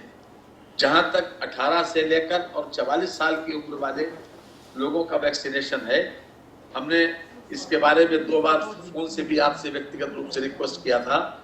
और जो हमको वैक्सीन अभी तक मिला है वो पहले तो चूंकि वैक्सीन की संख्या कम थी इसलिए हमने पहले मात्र 7 जनपदों में इसको चलाया जहां पर एक्टिव केसेस ज्यादा थे। और पहले हफ्ते में 7 चलाने के बाद दूसरे हफ्ते से फिर हमने सभी 17 नगर निगमों में और एक गौतम बुद्ध नगर में इसको प्रारंभ किया। और उसका ये परिणाम ये है कि हम 18 साल से लेकर और 44 साल की उम्र तक के कल तक का जो हमारा रिजल्ट है वो है 3,65,835। ये टोटल वैक्सीनेशन हुआ है और एक दिन में हम 50,000 कर रहे हैं। ये हम पूरे उत्तर प्रदेश में इसलिए नहीं कर पाए क्योंकि हमको वैक्सीन की अवेलेबिलिटी नहीं थी। इसलिए मेरा रिक्वेस्ट ये है कि जो हमारा ग्राफ दिखाया गया है कि हमारा 19.2% है वो केवल इसलिए है क्योंकि हमारे पास वैक्सीन की संख्या कम मिली हमको। हमसे छोटे राज्य हैं, गुजरात हमसे छोटा राज्य है, महाराष्ट्र हमसे आधा राज्य है, वहां पर वैक्सीन ज्यादा उपलब्ध करा दी गई। अगर कृपा करके आप हमको वैक्सीन ज्यादा उपलब्ध करा देंगे तो हम भी इसका उत्तर प्रदेश 1 नंबर पर पहुंच जाएगा। उत्तर प्रदेश किसी से काम करने में पीछे नहीं है, न हमारे पास मैन पावर की कमी है, न हमारे पास इच्छा शक्ति की कमी है। और हमारा नेतृत्व रोज मीटिंग करके इसमें कांस्टेंट मॉनिटरिंग करके रोज निर्देश भी देते हैं और हम लोग भी लगातार इसके लिए लगे रहते हैं कि किसी भी तरीके से हम हर हालत में जो वैक्सीनेशन को है उसे चरम सीमा पर जितना हो सके उतना पहुंचाएं। आज की तारीख में हमने ये तय किया है कि हम सोमवार से 23 जनपदों में करेंगे। अभी तक हम 17 नगर निगमों में और एक गौतम बुद्ध नगर में कर रहे थे इस हफ्ते में, यानी 8 से लेकर और आज तक। और अब हम यानी सोमवार से हम अगले हफ्ते अगर हमारे पास वैक्सीन होती तो हम पूरे उत्तर प्रदेश में इस कार्यक्रम को चलाते। लेकिन वैक्सीन की कमी की वजह से हमको केवल 23 जनपदों में 5 मंडल मुख्यालय और बाकी ये 18 डिस्ट्रिक्ट, तो 23 जनपदों में हम सोमवार से वैक्सीनेशन 18 से लेकर 45 साल की उम्र वालों का करेंगे। तो मेरा सबमिशन ये है कि कृपा करके अगर आपने जो भी लक्ष्य तय किया, कोवैक्सीन का जो भी आपने आंकड़ा दिखाया कि हमको अभी तक 1.5 लाख मिली है और 2,61,000 वैक्सीन हमारी अभी शेष बाकी है। और हम उनसे बार बार मिस्टर कृष्ण मोहन जी से भी मैंने व्यक्तिगत रूप से रिक्वेस्ट किया और जितने भी लोग वैक्सीन से संबंधित लोग हैं, आपके विभाग से संबंधित अधिकारी लोग हैं, उनसे भी मैं व्यक्तिगत रूप से रिक्वेस्ट कर चुका हूं टेलीफोन पर कि हमको वैक्सीन ज्यादा से ज्यादा उपलब्ध करा दें ताकि हम उत्तर प्रदेश में ये कार्यक्रम पूरी सफलता के साथ लागू कर सके। और हम फिर से आपसे यही रिक्वेस्ट करेंगे कि वैक्सीनेशन का कार्यक्रम आपका बहुत अच्छा है और अभी तक का जो रिजल्ट देखा गया है कि जिन लोगों ने वैक्सीनेशन लिया है या तो वो संक्रमित हुए नहीं, और अगर संक्रमित हुए भी तो उनको बहुत माइल्ड संक्रमित हुआ और वो जल्दी से रिकवर भी कर गए। इसलिए वैक्सीन का प्रभाव अपनी जगह पर बहुत अच्छा है और हम फिर से आपसे रिक्वेस्ट करेंगे कि हमको वैक्सीन ज्यादा से ज्यादा उपलब्ध करा दें ताकि हम पूरे उत्तर प्रदेश में सफलतापूर्वक ये कार्यक्रम कर सकें और ताकि आपने जो अभी हमारा परसेंटेज वाला आंकड़ा दिखाया है उसको भी हम कवर कर सकें और उत्तर प्रदेश वैक्सीन के क्षेत्र में टॉप पर अपनी उपलब्धि दिखा सके। मैं आपसे यही रिक्वेस्ट करूंगा और भी अगर आपका निर्देश होगा तो उसका भी हम पालन करेंगे। ये धन्यवाद डॉक्टर सुरेश जी, धन्यवाद। आप ये जो आंकड़ा दिखाया है इसके कारण आप निराश ना हो, और इसको हमने कोई आपको दिखाने के पीछे हमारी मंशा ये नहीं है कि कोई आपकी अंडर परफॉर्मेंस है। हम आपकी लिमिटेशन भी समझते हैं और आप भी हमारी लिमिटेशन समझते हैं। और जैसा मैंने शुरुआत में मैंने कहा था कि अभी जैसे आने वाले समय में जो अभी मई की स्थिति है उससे बेहतर स्थिति जून में हो जाएगी, जून से और बेहतर जुलाई में हो जाएगी, और फिर अगस्त से ये लगातार और तेज़ी से बढ़ती जाएगी, बेहतर होती जाएगी। इसलिए आप हम लोग सब मिलकर जॉइंटली जो है और जितनी भी चीज़ें हमारे पास उपलब्ध हो रही हैं उनको मेटिकुलसली यूज़ करके और उनको मैक्सिमम वैक्सीनेशन उसके अंदर जितना भी संभव है वो करते जाएं। ये डेफिनेटली जो है ये आने वाले 1-2 महीनों में स्थिति और बेहतर होती जाएगी और आपकी अपेक्षा के हिसाब से और ज़्यादा वैक्सीन आपको मिलती जाएंगी। लेकिन आपको सबको ये भी समझना पड़ेगा कि हमारी पास, जैसे अभी वंदना जी ने भी बताया कि हम लोग यूनिवर्सल इम्यूनाइजेशन प्रोग्राम में तो 10-20% वैक्सीन यहाँ पर रखते भी हैं, लेकिन इसमें तो हम लोग एक डोज भी अपने यहाँ पर हेल्थ मिनिस्ट्री में नहीं रख रहे हैं। जो जैसे जैसे मैन्युफैक्चर होती जा रही है, इसका आवंटन आबादी के हिसाब से होना चाहिए सर। अच्छा ठीक है, ये आपकी जो भी सुझाव है वो हम अपने एक्सपर्ट्स को जरूर देंगे। तो अब मैं डॉक्टर आबादी के हिसाब से अगर आप आवंटन करेंगे तो हमारे साथ न्याय होगा। अच्छा ठीक है। डॉक्टर प्रभुराम चौधरी, अपने जो मध्य प्रदेश के स्वास्थ्य मंत्री हैं डॉक्टर प्रभुराम चौधरी जी से रिक्वेस्ट करूंगा कि जरा मध्य प्रदेश की स्थिति के बारे में हम सबको अवलोकन कराएं। नमस्कार डॉक्टर साहब, मैं प्रभुराम चौधरी बोल रहा हूँ। हाँ डॉक्टर साहब। माननीय आपके नेतृत्व में, देश के प्रधानमंत्री जी के नेतृत्व में, मध्य प्रदेश में आदरणीय शिवराज सिंह जी के नेतृत्व में हम लोगों ने कोविड महामारी से लड़ने के लिए लगातार प्रयास किए हैं और उसमें हमको सफलता भी मिल रही है। जहां अप्रैल माह में हम काफी तेजी के साथ में मध्य प्रदेश में केस बढ़ रहे थे, 12 अप्रैल के आसपास हमने प्रदेश में कोरोना कर्फ्यू, जनता कर्फ्यू यहाँ पर आदरणीय शिवराज सिंह जी के आदेश अनुसार पूरे प्रदेश में लगाया गया और 25 अप्रैल के आसपास हमारे जो अधिकतम केस है 13,500 पर डे के पहुंचे थे और 25 के बाद जैसे हम लोगों ने डिक्लाइन फेज शुरू हुआ, धीरे धीरे कम होते गए। आज हम ये कहें कि आज हमारे प्रदेश में 7,500 केस पॉजिटिव आए हैं। हमारी रिकवरी रेट भी काफी बड़ी है, जो आज 85% के आसपास पहुंच गई है। टेस्टिंग की कैपेसिटी भी हम लोगों ने बढ़ाई है, जो 70,000 के आसपास हम लोग पर डे में टेस्ट कर रहे हैं। पॉजिटिविटी रेट भी जो वीकली हमारा काफी कम हुआ है, जहां हम 14% के आसपास पहुंचे थे, आज हमारा 11% के आसपास आज पॉजिटिविटी रेट है। बाकी इस कोरोना के संक्रमण से लड़ने के लिए आदरणीय शिवराज सिंह जी चौहान जी के द्वारा पूरे प्रदेश में पर डे समीक्षा की गई। सारे प्रदेश के जो हमारे मंत्री थे, मंत्रियों के लिए एक एक जिला सौंपा गया, जहां प्रशासनिक अधिकारी जिलों में काम कर रहे थे, स्वास्थ्य के अधिकारी काम कर रहे थे, वहां मंत्रियों ने भी एक एक जिले में कमान संभाली। प्रतिदिन वर्चुअल मीटिंग के माध्यम से प्रयास किया गया। हम लोगों ने किल कोरोना अभियान 2 चलाया, जिसमें जो हमारे हॉट स्पॉट थे या जहां ज्यादा केस थे उनको आइडेंटिफाइड करके वहां पर उन लोगों के लिए वहां पर सबको आइसोलेट किया गया है और उनको ट्रीटमेंट दिया गया है। उसके बाद अभी किल कोरोना अभियान 3 हम लोगों ने चलाया है, जिससे डोर टू डोर सर्वे पूरे ग्रामीण रूरल एरिया में किया जा रहा है और शहरी एरियो में हम लोगों ने कोरोना सहायता केंद्र खोले हैं। फीवर क्लिनिक थे उनको बढ़ाया। अब हमने जो फीवर क्लिनिक थे पूरे प्रदेश के जो पीएससी लेवल थे वहां तक बढ़ा दिया गया है। जो 75% से ज्यादा जो पॉजिटिव केस होम आइसोलेशन में थे उनको पर डे हमारी कोविड कमांड सेंटर से 2 बार बात की जाती है और उनको दवाइयों का जो किट है वो उपलब्ध किया गया है। डोर टू डोर सर्वे में चाहे पॉजिटिव निकले या ना निकले, अगर उनके साइन सिम्टम कहीं भी हैं तो भी उसको मेडिसिन का किट दिया और उसके अच्छे परिणाम निकल कर आए हैं। अभी हम देख रहे हैं कि पिछले वीक से लगातार हर जिले में हमारे यहाँ पॉजिटिविटी भी कम हो रही है, केस भी कम हो रहे हैं, जिससे हम आपको आश्वस्त करना चाहते हैं कि हम मध्य प्रदेश से जहां पहले 5वें नंबर पर पहुंच गया था, आज 14-15 नंबर पर हम लोग आए हैं।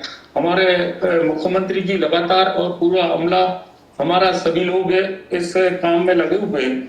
और जहां मैं वैक्सीन के बारे में जरूर आपसे कहना चाहूंगा, अभी हमारे उत्तर प्रदेश के साथी मंत्री ने भी जो बात कही वही हम भी कहना चाहते हैं कि मध्य प्रदेश की जो जनसंख्या है उसके अनुपात में वैक्सीन हमको थोड़ी कम मिल रही है। जहाँ कई स्टेटों को जहाँ की पॉपुलेशन कम है वहाँ 50% तक मिली है, हमको अभी तक मात्र 27% मिली है। तो हम आपसे अनुरोध करना चाहते हैं कि इसमें हमको बढ़ाएं, जिससे हम वैक्सीनेशन और अधिक कर सकें। जैसे चाहे राजस्थान हो या छत्तीसगढ़ हो या गुजरात की बात हो, महाराष्ट्र हो, यहाँ अधिक मिल रही है, हमको कम मिल पाई। और भी वैक्सीनेशन के संबंध में मेरे सुझाव थे आपके कि जहां वैक्सीन का जीरो वेस्टेज करने हेतु कोविन ऐप में अगर वेटिंग लिस्ट बनाए जाने की अगर व्यवस्था कर दी जाए तो वेस्टेज उसमें कम होगा।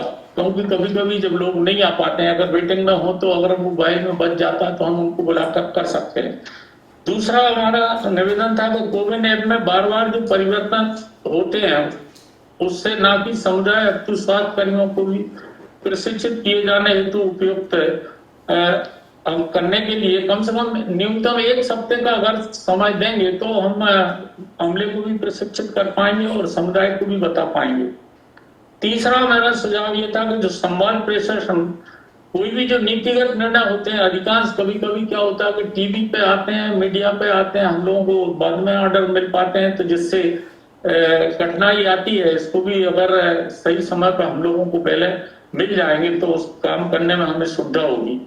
कोविन ऐप क्रियाशील होने के बाद ही नवीन नियम लागू हो, ताकि सत्र स्थलों पर भी अनावश्यक जो भीड़ और अन्य समस्याएं जो आ जाती हैं उनको हम लोग ठीक कर पाएंगे। वर्तमान में जो संचालित AIFI का जो मॉड्यूल्स बच्चों के टीकाकरण संबंधी जानकारियां एकत्र करता है, युवाओं वृद्धजनों को भी दृष्टिगत रखते हुए अगर नया मॉड्यूल्स बनाया जाए ताकि नैसर्गिक मौत एवं कोविड से हो रही मौतों के AIFI के रूप में विवेचना न करना पड़े। राज्य शासन द्वारा जो खरीदी जा रही वैक्सीन का नियंत्रण अगर राज्य ऐप के माध्यम से भी अगर क्रियान्वयन की स्वायत्तता दी जाती है तो उचित होगा, ऐसा हमारा सुझाव है। वैक्सीन प्राप्ति के टाइमलाइन पर निर्माता भारत शासन द्वारा समन्वित रूप से राज्यों को उपलब्ध कराई जाए ताकि सही समय पर समुचित योजनाबद्ध तरीके से हम लोग कर पाए। कभी कभी क्या होता है टाइम नहीं मिल पाता तो थोड़ी सी काफी दिक्कत हो जाती है। बाकी हमारा प्रयास है कि जो हमें वैक्सीन उपलब्ध हो रही है उसको प्रॉपर रूप से सही ढंग से हम लोग लगाएं, उसका कहीं कोई वेस्टेज ना हो। और मध्य प्रदेश लगातार प्रयास कर रहा है आपके मार्गदर्शन में, और हम लोग आदरणीय मुख्यमंत्री जी से हम जिस कोरोना की जंग को जीतेंगे। अभी जो नई समस्या जो ब्लैक फंगस की भी आ रही है उसके लिए भी प्रयास हम लोगों ने मुख्यमंत्री जी ने किए हैं। और जो बेड अवेलेबिलिटी की जहां तक बात है और जो इंफ्रास्ट्रक्चर की बात है उसमें भी लगातार हम लोगों ने प्रयास किए। और आज मध्य प्रदेश में अगर हम ये कहें कि आइसोलेटेड बेड या ऑक्सीजन बेड और ICU HDU मिलाकर 68,000 से ज्यादा हम लोगों ने क्रिएट करे हैं। और आज मात्र अगर हम कहें तो ऑक्यूपेंसी सिर्फ 52% की है, जिसमें ICU और HDU के जरूर 83% है और ऑक्सीजन बेड्स की 63 है और आइसोलेटेड 29% है। लगातार पहले जो शुरुआत के दौर में जो दिक्कतें आ रही थी उसको काफी कोशिश की गई है, प्रयास किए गए हैं। और हमारे मुख्यमंत्री जी ने सब जो आयुष्मान भारत योजना को भी गरीबों के लिए इलाज देने के लिए काफी जो प्राइवेट के अस्पताल थे उनको भी जोड़ा। जहां सरकारी अस्पतालों में फ्री ऑफ कॉस्ट इलाज दिया गया, वहीं जो अनुबंध राज्य सरकार ने अस्पताल किए थे उनको दिया और प्राइवेट अस्पतालों को भी जोड़कर जिससे उन लोगों को लाभ मिल सके। मुख्यमंत्री जी ने लगातार हमारे प्रयास कर रहे हैं। मैं आपको आश्वस्त करता हूं कि मध्य प्रदेश इसमें काफी मेहनत कर रहा है। बस इतना ही निवेदन है कि थोड़ी वैक्सीन और आपका हमको अनुपात में, जनसंख्या के अनुपात में मिल जाएगी तो हम लोग और बेहतर काम कर पाएंगे। धन्यवाद। धन्यवाद डॉक्टर प्रभुराम जी, आपने जो भी सुझाव दिए हैं इसके बारे में। जो वैक्सीन के बारे में तो देखिए मैंने विस्तार से शुरू में भी बोला और प्रेजेंटेशन में भी बताया गया और अभी उत्तर प्रदेश के हमारे सुरेश जी को भी जवाब दिया। आपके सारे जो कंसर्न्स हैं वो बिल्कुल वाजिब हैं, लेकिन इनको सबको वैक्सीन की अवेलेबिलिटी को और स्ट्रेंथन करने में जैसे जैसे मैंने बताया कि 1-2 महीने में धीरे धीरे और ज़्यादा ये इम्प्रूव होती जाएगी। जो कोविन ऐप के बारे में आपने कहा है कि उसमें कोई चेंजेस वगैरह करते हैं तो इंफॉर्मेशन वगैरह के बारे में, और ताकि आप अपने हेल्थ वर्कर्स को ट्रेन कर पाएँ, तो जो कोविन ऐप के संदर्भ में मैं आपका इशू जो है वो अपने जो मिस्टर शर्मा है जो उसको कोविन ऐप को हमारे NHA के चेयरमैन है उनसे इसके बारे में मैं ज़रूर बताऊंगा। लेकिन ये नीतिगत निर्णय टीवी पे हम लोग पहले नहीं देते हैं, हम लोग तो पहले सबको भेजते हैं, लेकिन आपको पता है कि टेलीविज़न वाले जो है ना वो बहुत पता नहीं कहाँ से कैसे कोई चीज़ चोरी कर लेते हैं, क्या कर लेते हैं, ये बड़ा मुश्किल है। लेकिन हमारी तरफ से ऐसा नहीं होता है कि हम कोई निर्णय करके आपको बाद में दें और टेलीविज़न को पहले दे दें और आपको बाद में दें। लेकिन इसको थोड़ा सा कभी कभी ऐसा हो जाता है, लेकिन साधारणतः निर्णय करने के बाद उसको प्रॉपरली जब तक उसको डिसमिनेट नहीं करते हैं, यूजुअली मीडिया को तो प्रेस कॉन्फ्रेंसिस से ही बताया जाता है, जो हेल्थ मिनिस्ट्री की प्रेस कॉन्फ्रेंस वगैरह होती हैं या डेली जो हम लोग प्रेस नोट्स इशू करते हैं। बट आपने जो भी सुझाव दिए हैं, ये AFI वगैरह का भी मॉड्यूल जो है ये सारा कोविड प्लेटफॉर्म पर है, सब कुछ है। तो इसको निश्चित रूप से हम लोग इसमें जो कुछ हमारे लेवल पर कोई गुंजाइश होगी वो करेंगे। पहले भी बताया गया है कि हर 15 दिन का शेड्यूल जो है वो पहले से स्टेट्स को बता दिया जाता है और आप नेक्स्ट 15 डेज़ की डिटेल्ड प्लानिंग उसके हिसाब से कर सकते हैं। तो शायद हमें पता है कि इतनी चीज़ हमारे लिए उपलब्ध होनी है, इतने समय में होनी है, तो उसकी अगर प्लानिंग उस हिसाब से करेंगे तो जो वैक्सीनेशन सेंटर्स इत्यादि हैं उन पे जो कियोस्क वगैरह है वो सब होने की संभावना कम होगी। तो now I understand that Andhra Pradesh is represented by Dr. Bhaskar, who is the Commissioner Health and Family Welfare, Andhra Pradesh. Has the minister been able to join till now, or the Andhra Pradesh is represented by Dr. Bhaskar? Sir, Honorable Minister is touring, sir. He's gone inside an hospital in Vizag. Okay. Dr. Bhaskar, you can please inform us about the latest situation on the COVID front in Andhra Pradesh. Sir, in Andhra, sir, right now, as you already observed and as the Government of India officials have already indicated, the cases have been rising, sir, for the last 3 weeks, and now more or less for the last 6-7 days, the numbers are same, sir. Nevertheless, sir, because of the huge caseload and this time in the second wave, because of the huge requirement of medical oxygen, we are having supplies issues, sir. So Government of India has been kind enough to increase our supplies to almost 600 metric tons a day. But still, because of logistic issues, we are having problems in getting it all the way from Odisha. So yesterday, sir, Government of India was kind enough to give us some allocation from Jamnagar. A train was started from Jamnagar. So we are requesting if this can be continued for a few days, so that our southern part of the state can be covered, sir. Otherwise, most of our southern part gets its oxygen from Karnataka and Tamil Nadu. And since both the states are having higher caseloads, there were some supplies issued, and we had one unfortunate incident also in Tirupati other day because of the supply problems, sir. This is one thing that is we are requesting from Government of India, sir. Second thing, sir, regarding remdesivir, sir. Before the start of the second wave itself, we entered into an agreement with pharma companies for remdesivir in a big way, sir. But now again, the companies are not giving us the stocks which they have entered into an agreement with us, saying that there is an issue that Government of India is giving allocation and we can't go beyond that. Our request is, sir, at least our commercial obligations may be fulfilled, sir. And oxygen allocation need to be increased a little bit to at least another 200 metric tons, so that we can tide over the issue, sir. Otherwise, regarding the manpower, sir, in fact, we recruited another around 25,000 additional staff for the second COVID wave.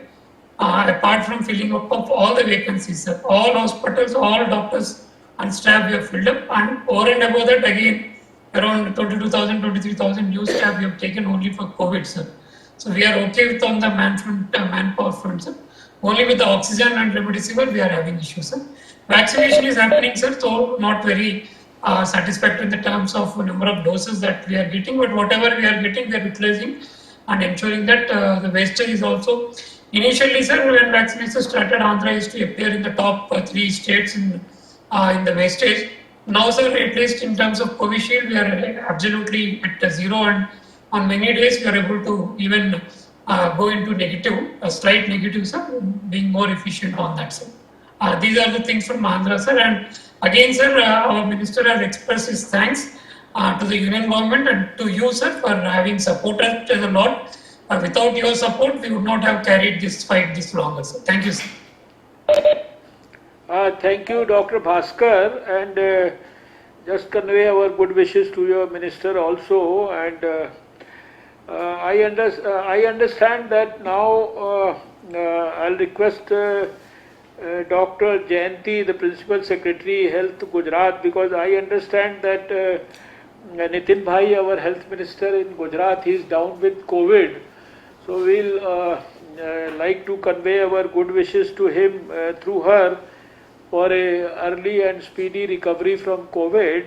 So, Dr. Jayanti, I understand you are here with us, Principal Secretary Gujarat. Ji, good evening, sir.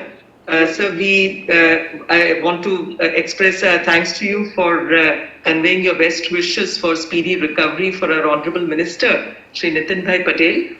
He has been down with COVID and is likely to resume duty very soon. He is recovering well and he should be back in duty soon.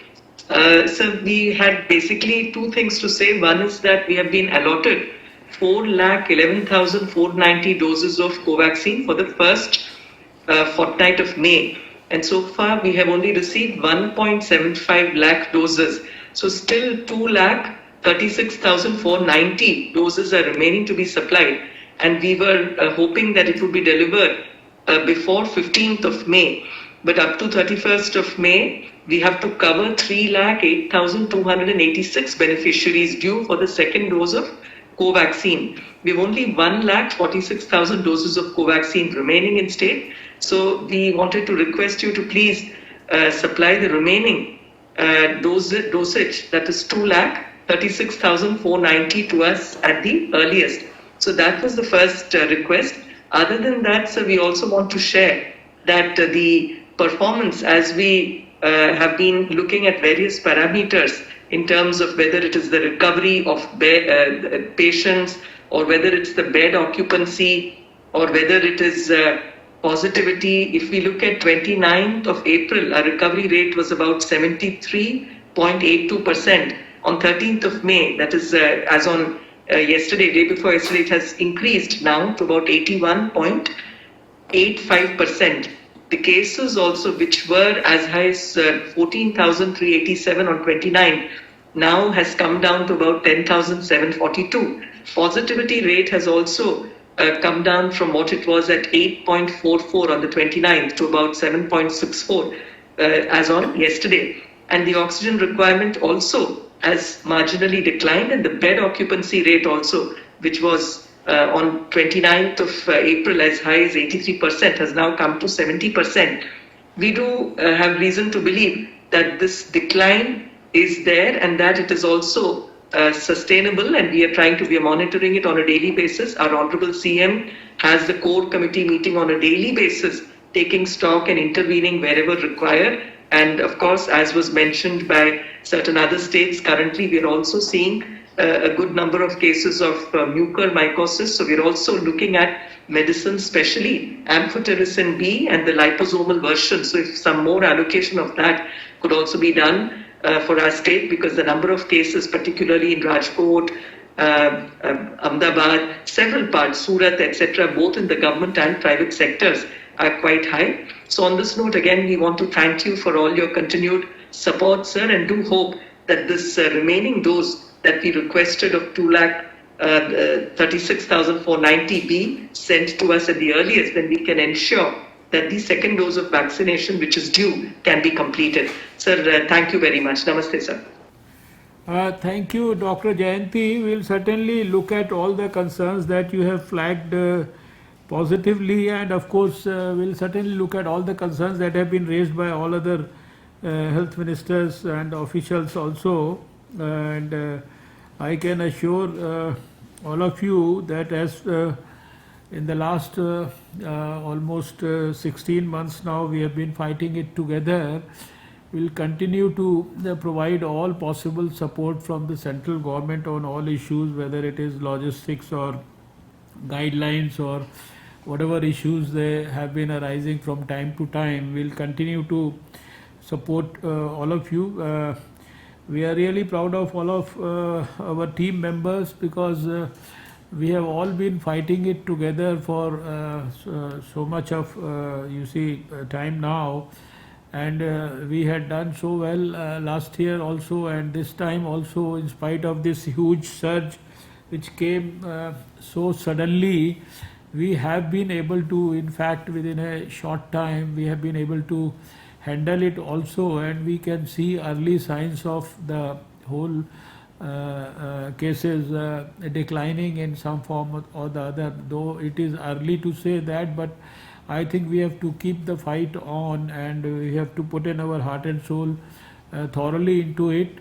And as I had mentioned in the beginning, with even at the cost of repetition, that now this time we have to be more focused on the rural areas in particular, and the small towns and cities where the things have probably spread slightly more. And I can appreciate that the states are already on board about all these relevant issues. Your concerns about vaccine availability, whatever is possible at our end, to the best of our capacity and ability, and our capacity and ability is also further dependent on the capacity and ability of the vaccine manufacturers. There also, again, I would say that the Government of India has been working on all aspects of the whole thing, whether it is supporting the vaccine manufacturers, supporting research, providing financial support through biotechnology. That is also my department, Science and Technology Ministry. We have been helping them, and then the figures that I had given to you in the beginning, they are not imaginary figures. These figures of ensuring that from August to December we'll make available over 2 billion doses in this country through all those new vaccines, they have been given after calculation and after consultation with the manufacturers of those vaccines. They are not arbitrary figures which we have generated. So we hope that the coming months everything will be better than the previous month in terms of the availability. This month we are able to have, say, around 8 crore doses. Next month it would be around 9 crore, and then it will be a significant increase adding on to the previous month every subsequent month. So this is, I think, all that. But I am now finally, I would, because we have the presence of my colleague Ashwini Chaubey ji also in the meeting, I'll request him to on behalf of the Health Ministry, he is going to thank all of you and maybe give a few comments to for all of us. Ashwini ji, आप सबका धन्यवाद कर दें, और कुछ आपके मन में हो कहने के लिए तो वो भी जरूर इनको कहिए। आप सबको नमस्कार। डॉक्टर साहब के हमारे आदरणीय स्वास्थ्य मंत्री जी का लगातार जो कई राज्यों के साथ बैठकें हो रही है, और आज आप 4 राज्यों के साथ हम लोग मिले, उत्तर प्रदेश, मध्य प्रदेश, गुजरात और आंध्र। मैं चारों राज्यों के माननीय मंत्री श्री प्रताप जी भी है, सुरेश खन्ना जी भी है, हमारे जी डॉक्टर टिकू है, और हमारे वहाँ पे जयंती जो प्रिंसिपल सेक्रेटरी है, और NHM के जो आंध्र के, उन सबको मैं बधाई देता हूँ कि आप सब लोगों ने इस प्रकार से बातों को रखा है, और जो जानकारियाँ आपने दी है वो सचमुच बड़ा उत्साहवर्धक है। उत्तर प्रदेश में जिस प्रकार से आपने बताया कि गांव-गांव में हम लोग कर रहे हैं, और बड़ी अच्छी बात है, हर राज्यों ने अपने अपने ढंग से, मध्य प्रदेश में भी सभी राज्यों ने कुछ न कुछ नए उपयोग किए हैं। मेरा डॉक्टर को ये सुझाव तो नहीं, मैं केवल इतना ही कहना चाहूँगा, आपकी बात आपने जो प्रारंभ में कहा है कि कम से कम जो वैक्सीनेशन का जो दूसरा डोज है वो 70% के लगभग कई राज्यों ने लाने का प्रयास किया है कि ठीक है कुछ राज्यों को वैक्सीन भले ही कम मिला हो, उसके कई तकनीकी कारण है, फिर भी हम लोग सभी राज्यों को उपलब्ध कराने का प्रयास हमारे स्वास्थ्य मंत्रालय के द्वारा माननीय स्वास्थ्य मंत्री जी के मार्गदर्शन में हो रहा है। मुझे ऐसा लगता है कि सभी राज्यों को यह जानकारी भी दी गई है, जैसा कि आपने वैक्सीनेशन के बारे में अगले हफ्ता के लिए भी हम लोगों ने ये जानकारी दिया।